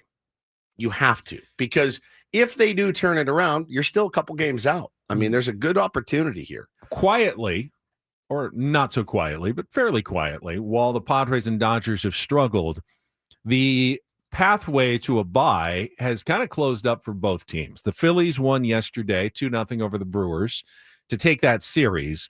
They're now 3 games up on the Dodgers and 5 games up on the Padres for the number 2 seed in the bye in the first round of the playoffs, which means even if the Padres do catch the Dodgers and win the division, it's unlikely to result in a first-round bye. Now, is it good to be playing at home? Is it good to be the 3rd seed? Absolutely. Is it good to win a division if you're a San Diego Padres fan? The answer is unequivocally yes, it is. But not as good as being a top 2 seed, but it certainly looks like the Brewers and Phillies are going to be those 2 teams. And again, that's a little bit out of your control. It is. You know, winning the division, you're going to have to win games, and they're going to have to lose, 3 more games than you. And you're going to have to win, So I don't know. I do think a division title is important. I do also get the sense that no one's going to break their back to get there. But at this point, Benny, we have to break our back to win a series. Like, you have to lay it all out there in Colorado, where the funkiest, craziest things can happen and have happened over the years. It's just you want to talk about the playoffs being a crapshoot. Playing a game in Coors Field is the ultimate crapshoot. You can have the best pitcher on the planet, gets lit up. You can have the best hitters in the world, they go ice cold. You can have a guy that doesn't hit a lot of home runs, hit 3 home runs in a series. It is just the intangibles of that place are so, and you haven't played well there. You haven't. Nick Pivetta hasn't pitched well there. He has not can pitched talk about well that, there at all. And coming up. traditionally, I mean, and obviously different teams and everything else, but there's weird stuff that happens there. You got to take that into account. Quickly, got Mike Shildt coming up at the top of the hour. In the American League yesterday, the Tampa Bay Rays remain hot. They beat the Guardians 4-2 for their 7th straight win, and the Rays are now just 2 games behind the Mariners for the final playoff spot wild card in the AL, as are the Kansas City Royals, who got a Bobby Witt Jr. tie-breaking home run in the 8th inning to beat the Angels 4-3. So they're both 2 games back. The Rangers are a game and a half back. So that's 4 teams within 2 games, all fighting for the last playoff spot now in the American League. It's fun to watch when it's just other teams in another division. Like, oh, this is great. Their fan bases are going through it in an excruciating fashion as well. And we mentioned the Yankees game earlier with Trent Grisham hitting his 30th home run, 8-4 win over the Astros. Yankees, Red Sox, Blue Jays, all comfortably in at this point, as are the Tigers, and the Astros looking pretty good as well. We'll have Mike Shildt join us on a Friar Friday from Colorado. That's coming up next year on 97.3 The Fan.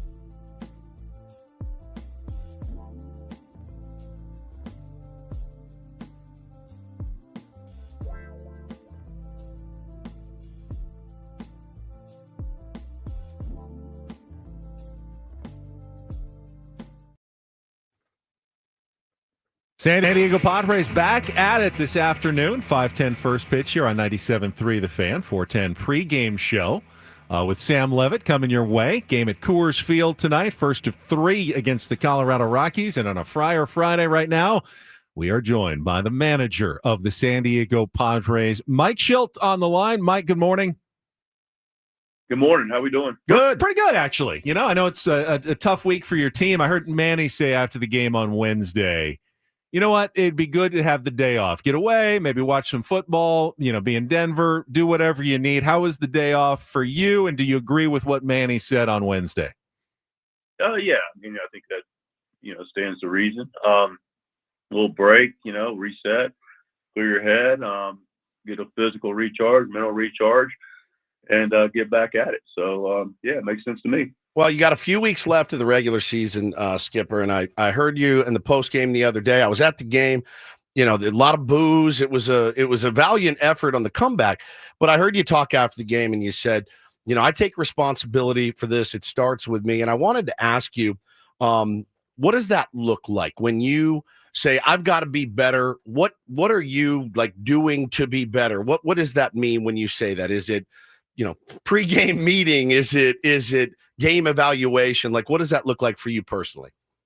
Really, it's just about making sure we're doing what we need to do to take care and be properly present and focused to execute to win games. And when it's not as consistent on the win column, you got to look at yourself first. And but I can tell you this, over the span of multiple decades, the thing that has allowed me to have the position I'm in is to know that, A, that it just doesn't always work out, and B, what gives you the best chance to win games. And listen, there's no one formula for what that looks like.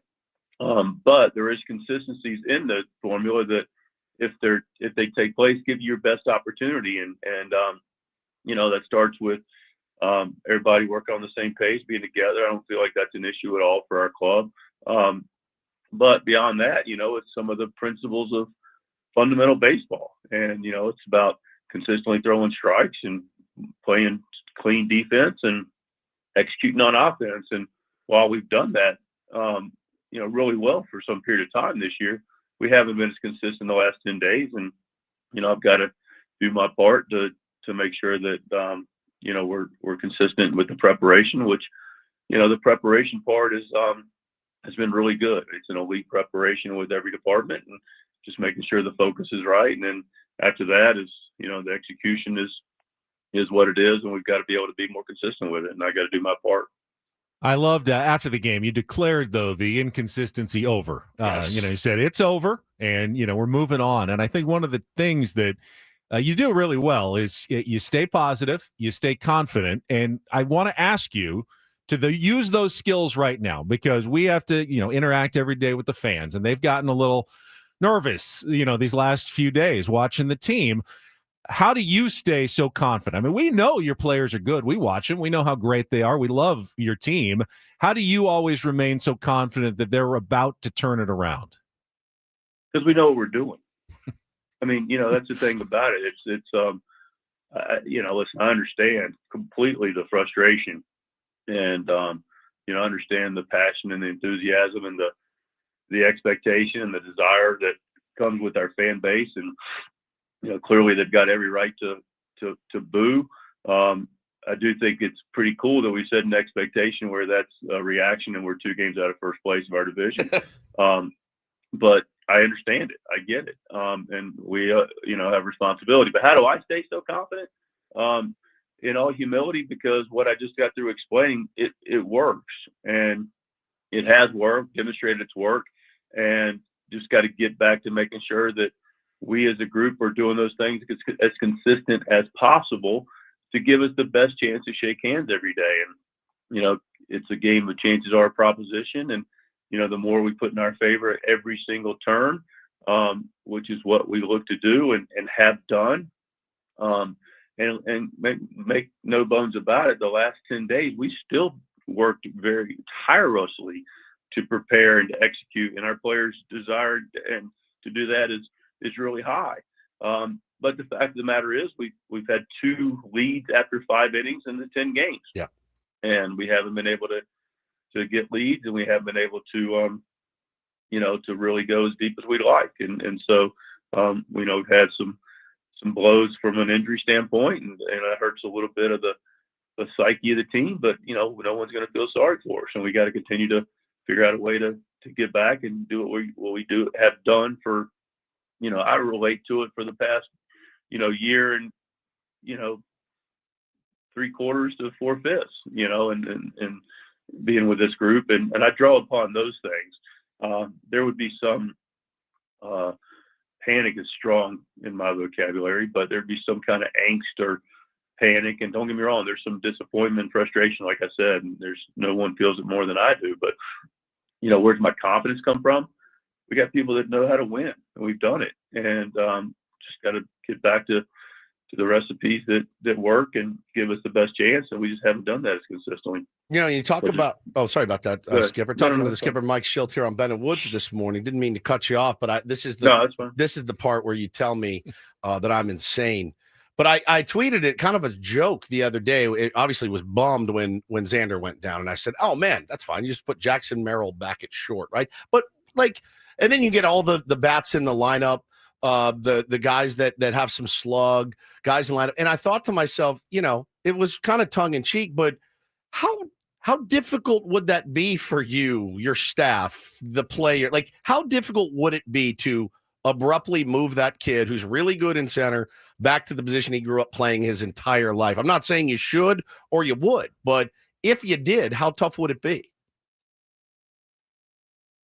How fair would it be? Yeah, that's true. Yeah. How fair would it be? It's how tough it would be. The one thing that, and again, listen, it's a philosophy, and it's one that served me well.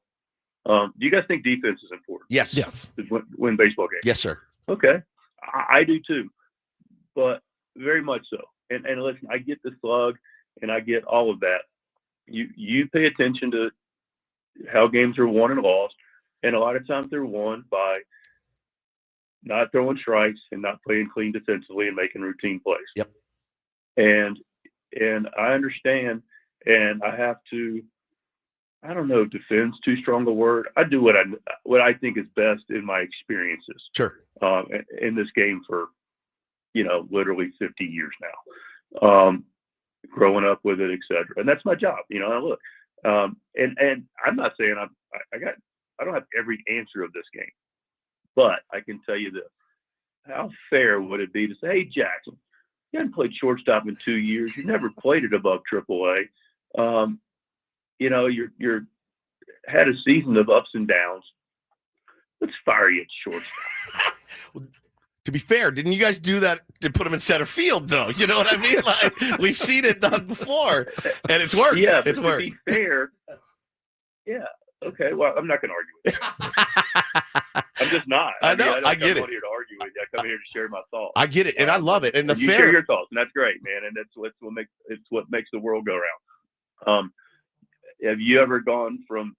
Anyway. No, the fairness. Right. The fairness makes sense. It does. That makes total sense to me. And I just, again, not saying you should or you would, but how difficult would that be? Sounds like it would be quite a challenge for everybody involved. And then, you find yourself moving guys in different positions where they maybe don't get the Gold Glove caliber center fielder. 100%. Okay. Yeah. We had the conversation that the domino effect of moving one guy, your whole lineup and defensively, could be weakened by doing that. So we did talk about that, Skipper. I mean, we understand that some of those concerns are absolutely a big part of this. You mentioned the pitching, getting those leads early in the game. You guys have had, you have some veteran starting pitchers who absolutely know what they are doing. When you and kind of Ruben are talking, what are you seeing lately that kind of needs to be a little bit different? Because it's hard to kind of pinpoint one thing, it's a home run or two, and all of a sudden you guys are down. It's hard to stop those, and say, well, just don't give up a home run, as you always like to say. The other team's trying too. Is there anything that you can kind of put your finger on with the starting pitching of late? Yeah, I think I've alluded to it a little bit, and Ruben does a great job, and it's really a part of one of the things I'm talking about, and that's we've got good starting pitching, we've got experienced guys. Darvish, Cease, Pivetta has been steady.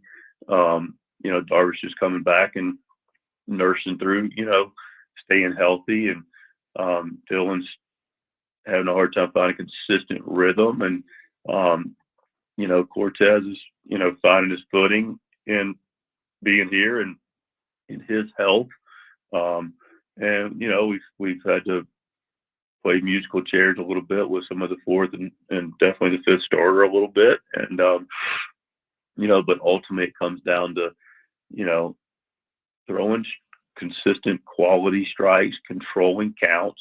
A good portion of those home runs have been preceded by a walk. 70, we've given up crooked numbers. Yeah.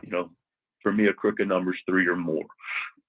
And historically, it may have ebbed and flowed this season, but, over a long span, 76% of innings that have 3 or more runs in them occur with a walk or a hit batter. And 100% of our innings that we've walked or hit a batter that has 3 or more runs have had those things take place. And in some cases, guys earn walks. They have an 8-pitch at bat. In some cases, we're trying to fish and get a guy to get himself out, and we're pitching around him. But in many of the cases, we just have not. It's been walks that aren't as competitive. I don't feel like we've thrown inside quite enough. When you're doing both those things and you're not in the strike zone consistently and the ball's not going where you want it to as consistently, and then you have to come in the zone, that's when damage happens. Those are just tried and true principles. They're just, and easier said than done. I'm not saying that these guys aren't trying, and we know they're giving us everything they possibly have, and the preparation is fantastic, and the competitive spirit's great. And but then what you also notice is that a high percentage of errors occur after a walker hit by pitch. Yep. And you peel that back. What has happened? Our defense hasn't been as clean. They go hand in hand. So we clean a couple of those things up. We make sure we catch the ball and turn outs into outs. We don't give anything free in competition. Then we give ourselves the best chance to win. We just haven't done that as consistently. And it really is that simple. And one of the things that I feel good about is not overcorrecting things and, not knee-jerk reactions to certain things. And, and again, people can say, well, maybe you're not as, aggressive with certain things or willing to change. I get that. I also know that teams appreciate when there's some steadiness involved, and we're not moving pieces all around out of chasing things that may not even be there. Skip, do you have to manage differently in Colorado, as opposed to Cincinnati or New York or anything like that? Obviously, the altitude and all that. I mean, do you have to keep a closer eye? Not that you don't, but is it different? Because it really weird stuff happens in Colorado. I know you know that. You manage many a game there, but do you have to manage any differently? I think you're aware of the environment. I think you'd think, you mentioned Cincinnati. Cincinnati's a smaller version of Colorado, not in altitude, but in, it's a small ballpark. So, you don't feel like, the lead's as safe. So, you probably treat a 3-run lead like a 5-run lead. But, both sides have to deal with what's going on. And, it's just, and it's even more important to what I got through just explaining about Colorado. You can't give up extra outs and you can't give away free bases. Yeah, no doubt. It's just practical, fundamental baseball. Mike, can you share anything about your pitching plans for this series? Who's going to be starting the games? Yeah, we got Pivetta today, and we got a TBA tomorrow, and we got Cease on Sunday. Okay. And then Michael King, I know you mentioned on Wednesday, not in pen, but as things were going well and recovering well, that we could see him back sooner rather than later. Any update on how he's feeling coming off of his side session? I think was the last one that he threw. Michael threw game in Arizona in a bridge game through 5 innings yesterday, 62 pitches, and was able to field his position. And it hasn't been so much of Michael being able to get on the mound. It's been more about Michael recovering from the load of what's taking place that given day when he's asking to compete a little bit more in either a side or a live, or yesterday an actual game. So we'll see how he recovers, and if he does, he's trending towards getting back with us. Last one for me, Skip. It's a skipper Mike Shildt on with Ben and Woods this morning. Obviously, when you lose a player and person of Jason Adams' caliber, like you mentioned, some injury concerns have hit. For you now, I mean, he's such a big piece of the bullpen, leaned on him a lot.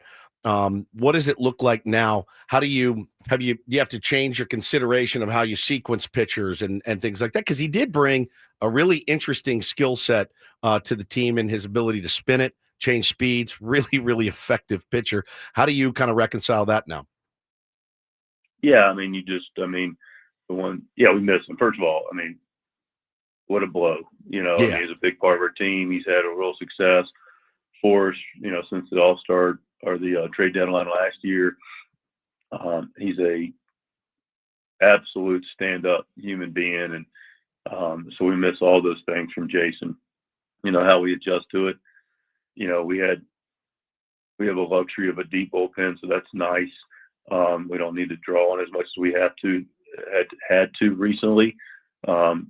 But with bullpens, effectively every day is a different puzzle. Yeah. So, that's a thing that, we'll probably be talking about as many years as I manage this team, that, it's not a silo and guys are down certain days. Some days guys are all up, and all of that changes the dynamic of how we operate and think about using the bullpen. And, we'll figure out to put whoever spot it is to give them the best chance, whoever's the freshest in that moment. And some days it's like, this is the best ideal matchup. And some days like, this is the best in the situation that we have. Yeah.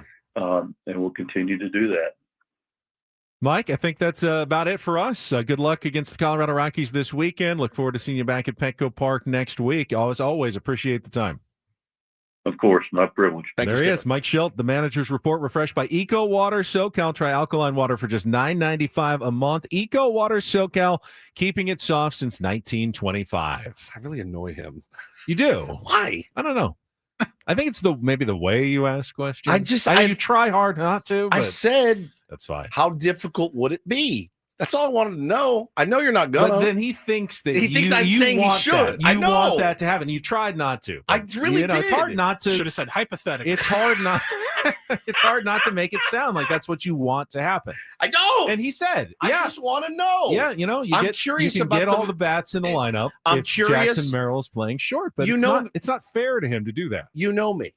I want to know about the minutia of baseball. I want to know. Oh no, it would literally take this kid working around. That's what I want to know. Right. I mean, what would it look like? What would it look like? Because I can't be the only Padres fan that has thought, not just in the last week, by the way, right, over the last couple of years, right. Why do you sign 14 shortstops if every time the main shortstop gets hurt, you're like, we got to go get a shortstop. We got to find a shortstop. We don't have anybody. Or a light hitting glove first guy. You know what I mean? Ultimately, I think he knows that as manager, if push comes to shove, he may have to do something unfair. If Jose Iglesias and Mason McCoy go down, Jake Cronenworth's your shortstop. Maybe Jackson Merrill moves, or maybe Fernando Tatis Jr. moves. You have to do what you have to do. I just want to know what it would look like. That's it. That's all I want. But I don't think it's necessarily that they're worried about Jackson. Jackson would probably adjust like he did in center field. He would do it in a heartbeat. But I do feel like, you're moving. Yeah, then you're moving a lot of people around and changing things a bit all the way through. And guys, there's 3 weeks left of the regular season. Would be a crazy. Or moving Jake then means Arise moves. Yeah. That means it changes a lot. It really does. You have to be careful, especially this time of year. We will break that down. If you learned a little bit of stuff, we talked a little bit about the pitching returns as well from Mike Shildt. We'll get to all of that coming up. Let's take a quick timeout, get some traffic. We'll come back with more Ben and Woods next on San Diego's #1 sports station, 97.3 The Fan. First up, though, SDFatLoss.com, heading into your weekend. I know you think, the weekend, I don't want to start a weight loss program. You actually can start at any time, as I did. I did it during the summer, and I lost 40 pounds in 60 days because they know at sdfatloss.com that you are a real person that will sometimes make mistakes or have cheat days. They are well aware of that, and they're okay with that as well. I love that about the program. I love that it was based on real foods. I did not have to buy any shakes or bars to eat during the day. I was just eating regular stuff out of my refrigerator. Chicken, steak, vegetables, stuff I liked. I got to choose what I ate, and that made a huge difference for me. Lose up to a pound of fat per day and 10 to 20% of your body weight in just 60 days with no injections, no exercise, none of the side effects, and it's sustainable because you're not relying on bars or injections or anything like that. You're eating real food. It makes a huge difference when it comes time to keep the weight off, which is really what you're doing it for. You're not doing it to lose weight temporarily. You want to keep it off. I've kept my weight off for 2 years now. You can do the same. Set up a free consultation right now at sdfatloss.com. They'll guide you through the program, how it works. And when you sign up, make sure you mention my name, Ben, from 97.3 The Fan. You get $200 off the program. Tell them you want to be the latest tier 1 to lose a ton of weight. We've lost thousands of pounds around San Diego. So many tier 1 share their success stories. You're next by going to sdfatloss.com. That's sdfatloss.com. Results may vary.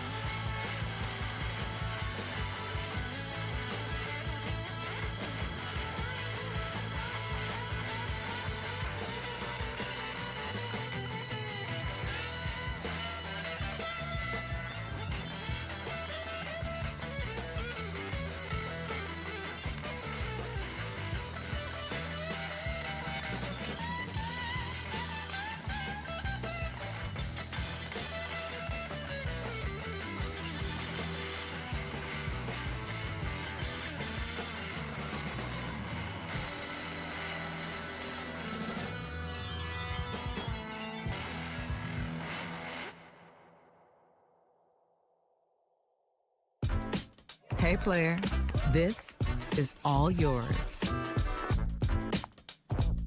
This room with this view.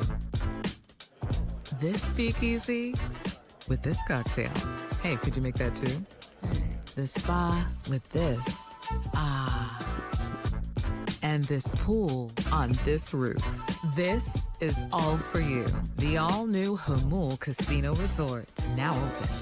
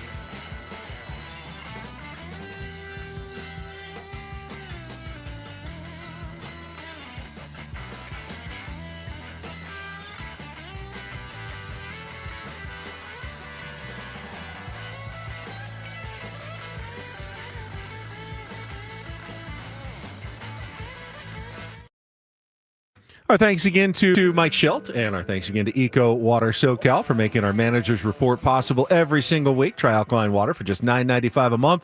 Eco Water SoCal, keeping it soft since 1925. Couple of interesting nuggets there at the end, including that Michael King pitched 5 innings. I still don't know, what is a bridge game? I wasn't sure what that meant. Yeah, you pitch on a bridge. It's fun. You pitched on a bridge. Yeah, it's cool. Yeah, you're up. Sometimes you're under the bridge. Or- Sometimes you're on top of the bridge. Yeah, you're just up higher. That's what a bridge game It is. seemed like more than the simulated game, but maybe not an actual game. Anyway, he said 5 innings, which is significant. I think it's pretty significant. And it's not the arm that's been holding Michael King back, of course. It's the knee. Bridge is a trick-taking card game for 4 Right. players I played in bridge. 2 partnerships where players use a standard 52-card deck. Something that a troll lives under. To bid on a contract and then plays cards to win tricks. Have you ever played bridge?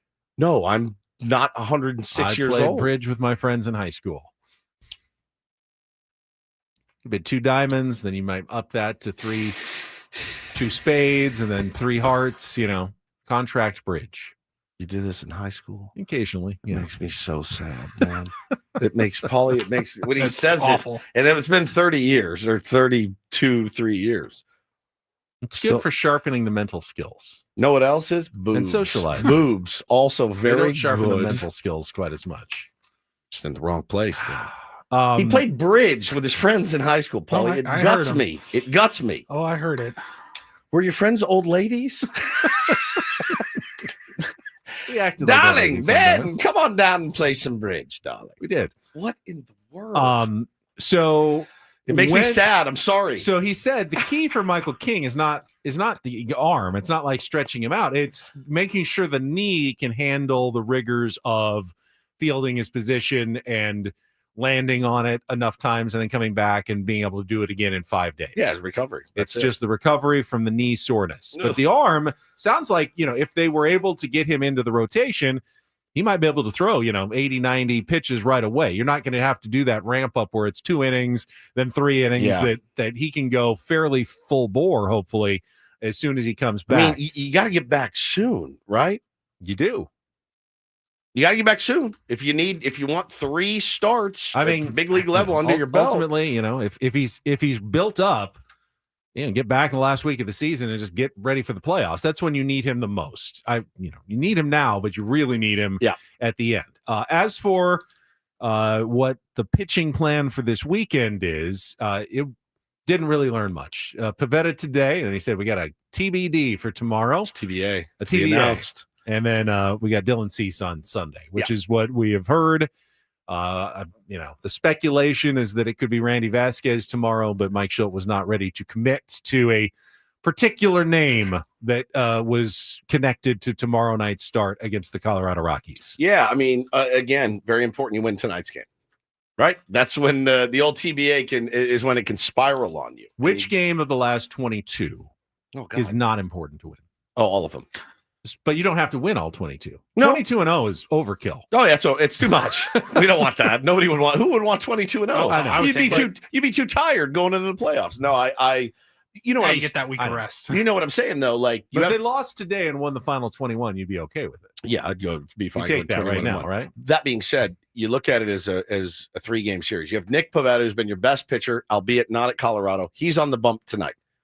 Tomorrow, you don't know. Well, they know. We don't know who's going to be on the bump. I don't think it's going to be Paul Skeens. I don't think they're going to randomly bring up somebody that is They pitched torching. yesterday, so that would be unfair. Correct. Paul Skeens. I would take him over any 1 day rest? 1 day rest over anybody 2 else days we have. rest. 2 days rest. Yeah, I'd take him over almost anybody we have that could be in the TBA Pirates category. probably wouldn't allow it, but Why can't this be like soccer? Can we borrow him? We Ooh, need loan him on loan. We just need him for the weekend. Paul Skeens on loan for the rest of the season. We need him for the weekend. Yeah, you guys aren't going anywhere. Can we have him?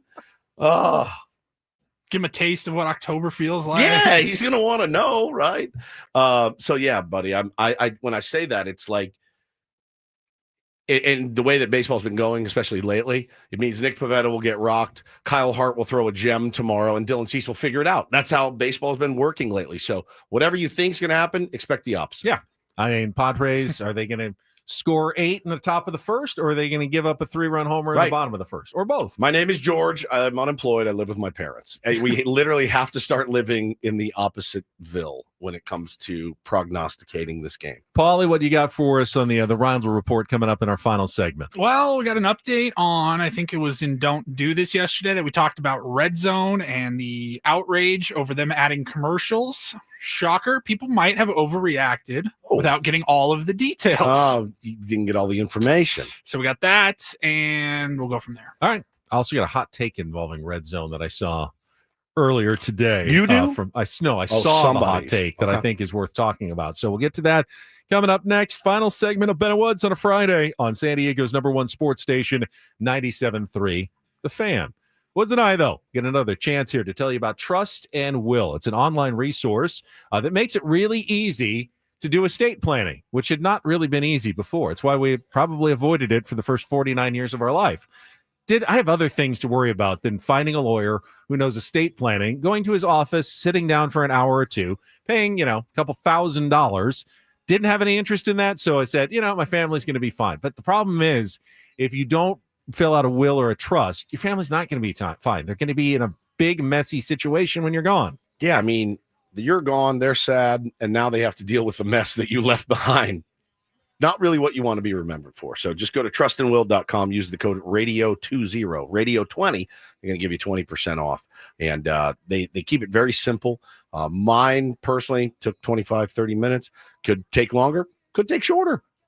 Okay. Varies for everyone, but they do make it very, very simple to do. So trustandwill.com. The code when you check out is radio20. Don't leave your family in probate court. Don't let the state decide who gets your kids. Don't leave home without They it. may send them to a relative, but it wouldn't be the relative that you want them to send them to. If you don't specify, they decide, not your family. Keep that in mind and go to trustandwill.com. Use code radio20 at trustandwill.com.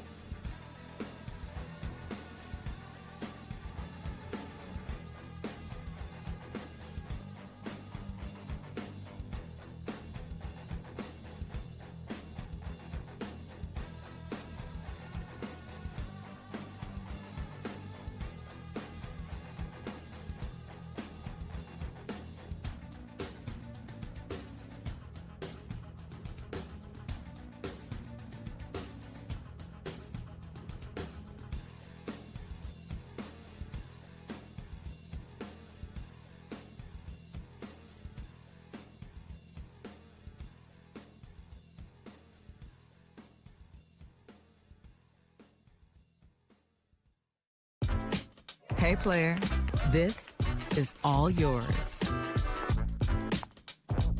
This room with this view. This speakeasy with this cocktail. Hey, could you make that too? This spa with this. Ah. And this pool on this roof. This is all for you. The all-new Hamul Casino Resort, now open.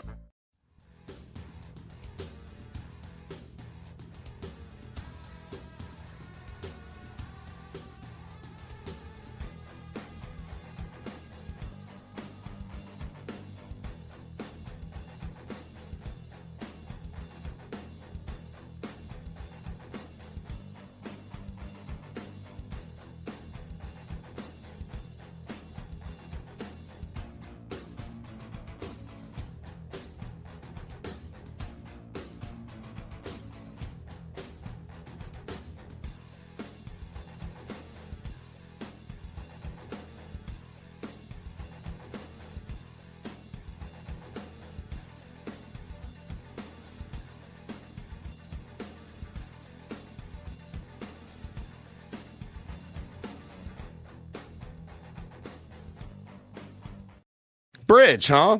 Bridge. I can't get off of it. Now Not that a you bad said game. it. Okay. Not quite poker, but it's you play for very money? interesting. No, just for that would fun. be illegal. Just for the That would be pure- illegal. Pure love of the sport.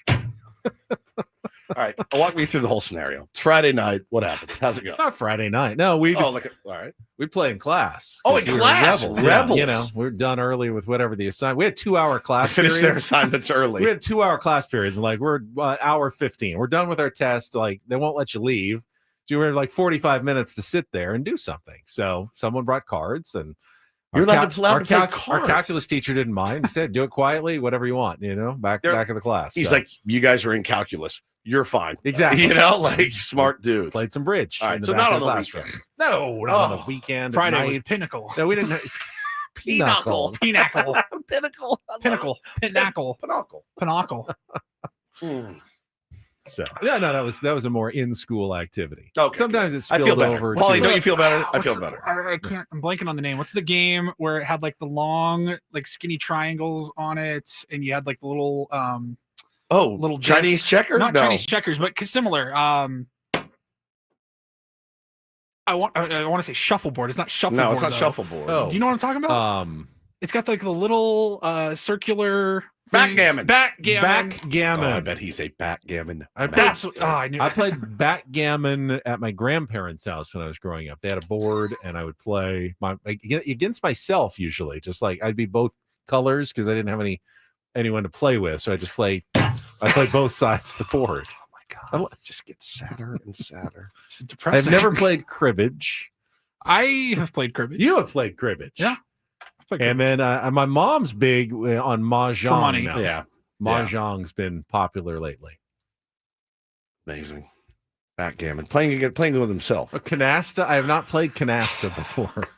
So many card games. Playing so little backgammon time. against yourself is incredible. That's just incredible work that you do. That actually made me sad. The problem. You have to be. No, you go. You have to Eddie, be, my imaginary friend. Oh, you got me again, you Got son me. of a bitch. Watch this move. You have to be okay with both winning and losing at the same time because you want to be committed to beating yourself Holy crap. when you're playing. I was yourself committed to on beating backgammon. myself. That's for sure. Yeah. Put yourself in the frame of mind. All right, I'm playing against the opponent. Don't know Let's what make that opponent's this gonna be move. do. Yeah, exactly. God. No. All right. This hour and I just want to wrap my arms around you and hug you. It turned out okay. I just want to like apologize. I did too. Even though I had no impact wasn't on there. your childhood or anything. I really wish I was there to be your wingman. Could've and been take so you under different. my wing. Then I wouldn't be me. though. It's true. It's very This true. hour 97 through the fan is brought to you by Islands Restaurants. Islands Restaurants, summer refreshment, paradise ambiance, and the best burgers in town, like the Big Wave with cheese and fresh cut fries. $10 now for a limited time only. Visit any Islands restaurant throughout Southern California today. Dine in only. Paulie, Reindl Report after our last traffic here on 97.3 The Fan. From the 855 Get Ross Traffic Center, protecting San Diego after accidents or injury, here's Kelly Danick. Traffic is brought to you by Caltrans, reminding you that southbound I-5 is closed at State Route 52 starting tonight, 9 p.m.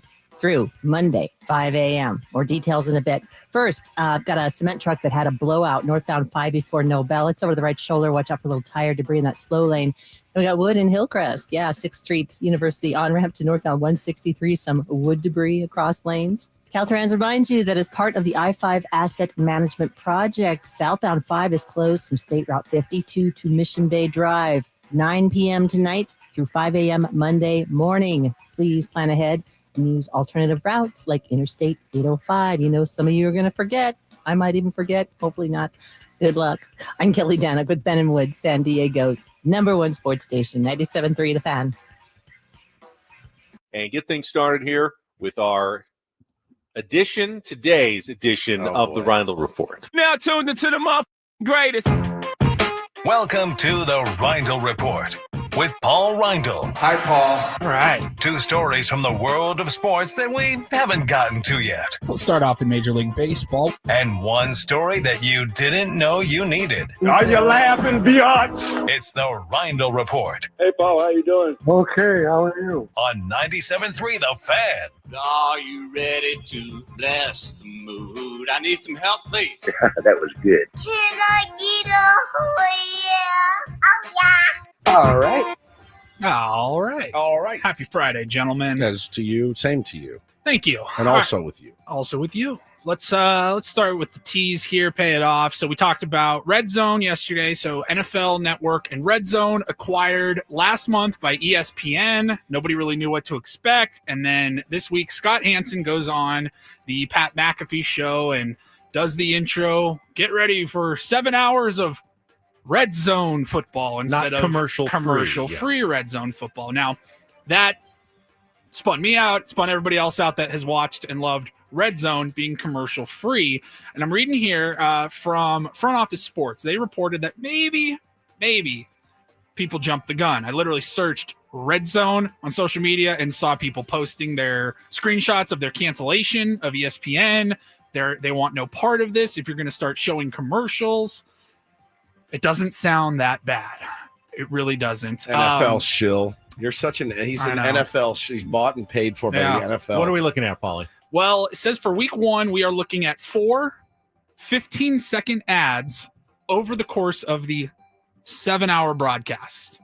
4 15-second ads over 7 hours. By the way, they will not be throwing to a commercial break. They are just going to be like split screen ads while the show is still continuing. No problem. 15-second ads. If that's true, then Scott Hansen committed the biggest unforced error in history. Now, I can just keep saying commercial free. Honestly. And if someone wants to call you out for the 1 15-second commercial every hour and 45 minutes and go, not really commercial free. They played a Burger King ad, on the split screen in the third quarter of the of the Chiefs game. Then fine, wear it. I wouldn't have even brought it up. If you were just if that's all you were going to do is throw in a 15-second split screen ad every hour and a half or so. I would have just continued to go and say commercial free. We only played a snippet of his appearance on the Pat McAfee show. He could have gone on and explained and clarified. I didn't listen. I don't know how many else. Who else saw that? That being said, this is how they start. Well, This is yes, where you and start. I was just going to say. So I'm not kidding you when I say this. We used to do commercial-free Mondays on FM 94.9. Yes, commercial-free Monday. So it's just music. I'd pop Woods talking. No, I'd pop in, all right, here we go. It's fun again, right? Like I'd do my bits and, hey, don't forget this, whatever. Is it? Yeah, is it? But in between the song, so Soundgarden would end, and then it would be like 94.9 commercial-free Monday. Inevitably, somebody would call, or they would email, or they would tweet. That's a commercial for commercial-free Monday. And I'm like you saying, promoting commercial-free Monday or as a commercial? Just the little FM 94.9 commercial-free Monday, right? Legal ID the or legal something. ID or the IDs in between the sweeper. They wanted to be like one Spotify song into the next, just slowly fading to nothing, and then the next song starts. I would sit in there, and I would pull my hair out. Hey, bro, you said no commercials. Technically, that's a commercial. And, my response was always the same. How much did this cost you? $0. Zero. Quickly, did you do 2 for Tuesdays where you play the same artist twice in a row? I never got to do like the block party or the 2 for. I never got to do that bit. Since I teased it, I also wanted to throw in this story because Nick Wright, first things first or whatever the show is called. Sure. His hot take was, if you watch NFL Red Zone, you're not an adult. He said, watch a full football game like an adult. He looks like a vampire, so I don't. That's a little bit, actually. You're not wrong. Watch a full football you game. Put Red Zone like on the I think he's also screen? a Chiefs fan, so he's had some good football to watch. Yeah, He said if you want to watch Red Zone on the second screen, fine. But watch the entire football game the way it was meant to be consumed. Don't tell me how to fan. I like to watch the scoring. Kickoffs and punts. What about cities that had their football team move, for example? I don't know. I mean, so when he watches an adult film, he watches the entire setup. He wants to see the whole. You have to watch it as it was intended. You have to watch the plumber walk in. Would you want to watch a baseball Red Zone channel? You like watching the whole game. Yes, I do. But that 4-pack or Quad whatever. box. See, I don't like the quad box. I don't like quad box for that. Love quad box. It makes my brain spin. But a Red Zone, like a thing where they're like, all right, and then we go out to, wherever, and home run. Like, I could watch it, but I do watch a baseball game. But don't tell me how to watch football. Nick, vampire. Ultimately, also don't suck my blood. Front Office Sports, their source is saying, 4 15-second ads. Of course, it can change, and it probably will change, and you probably will see some more ads. But it says, for now, there will not be full ad breaks where football, like game action, ever disappears off your screen. So, much ado about not much. Everyone's going to be okay. Trust me, we have a bigger fish to fry. You're going to be all right. If you got to sit through a 15-second commercial. We're getting a little low on time, so I'll have to save. You guys have to save your thoughts on Floyd Mayweather and Mike Tyson exhibition boxing match maybe for another day. Fair enough. Yeah. Because I wanted to get to this last story. Have a ball, guys. There is Get that bag. There is a company in Japan that is allowing you to rent people to do things for you. There's websites that you can do that. It's not like that. So I've heard. It's called the Rent-A-Person, and they have... That's literally what it's called, Rent-A-Person. Super original. From where I'm lost in translation, maybe. You can rent people to help you out with things. Like, let's say, for example, and a lot of it's confrontational. Oh. Let's say you have some loud neighbors, and you're a little bit intimidated going over there and telling them to shut the F up. Like ordering food off of DoorDash, you can order somebody that will accompany you over to your neighbor's house. I don't want to go. You do it. I'm paying you. You do it. Says all sorts of options. Grandmothers, pretend siblings, and things like some muscle for more intimidating things. They have they're calling it scary people, kawaii hito. I don't know if I'm saying that right, so it's translated to scary people. Scary people. And that says it's for people with intimidating appearances, like men with tattoos, shaved head, bulky, big physiques. Like, that's your muscle. You got your muscle, yeah. It says here, the company says scary people are available for accompanying customers when resolving interpersonal disputes. It seems almost like a criminal threat. Like the A mafia. little bit. Yeah. Such as dealing with people who bully you at work, neighbor issues, setting your financial disagreements, and trouble with cheating or extramarital affairs. I show up in the parking lot. There's some big guy. I heard you've been picking on my guy, Ben. Just beats the crap out of me in the morning. And I was reading here, it's... no, he doesn't beat. He just intimidates you. Okay, all right, I'll leave him alone. You can't hire them to actually beat up anybody. It says here, it's unknown what happens if your target also hired somebody. So they hired somebody to open the door. Do they just argue with each other? Yeah. Like the two hired people are They arguing just start with fighting? each other? That's incredible. Yeah, Rent-A-Person. Ray says, imagine renting a guy to change your wipers and you get Woods. They send me out there. I'm like, I don't know what I'm doing. That's really good. And my boss wants us to do a 5th hour on our radio show. Can you go handle this for us? Paulie, don't give me the ideas. Who would want to rent a grandmother? You can rent a grandmother. So it says, for what? Pretend siblings? Like maybe, I don't know, you I got need called a to do sister something. today. You're like, all right, me and my brother are there, but we got to leave early. I don't know. I was trying to think of like an instance where I'd There's a need guy to in our hire a chat. buddy. There's a guy in our chat who goes by Hitman6191. He said, I walked away for 1 minute. We're talking about me. You've been called. Maybe he's just a really good baseball player. Maybe. I think ultimately you're not going to resolve anything unless you do it yourself. Yeah, that's true. You could have passing the buck. You could have rented a grandmother to play bridge with, or backgammon, or any of the other nerd games you played. And I had people. I had people to play with. Woods. What if Adam is your guy? that- What if you have Adam as the guy? Hey, you're very loud. Can you stop? Can you making keep so it much- down over there? I will say it wasn't my idea, but the peer pressure was, as it is with anything. Thick. Like, they wanted to play bridge, so I played bridge. You're such a go along with the flow. I am a go along with the flow guy. Stand up Had for to- yourself one had to- time. Had to learn the entire game. It's not easy either. Like, okay, they want to play bridge. I'm gonna have to figure out how this game works. It's complicated. You don't know what your partner has, yet you're trying to communicate with them via your bidding before it starts. It's very complex. All right. Have a good weekend, we will be Gary. back on Monday. If we have a 7-game losing streak to talk my about, God. we will be back on Tuesday. Braden's coming up next. For Paulie, for Woods, I'm Ben. Have a great rest of your Friday from all of us here at San Diego's #1 sports station, 97.3 The Fan. So long, everybody.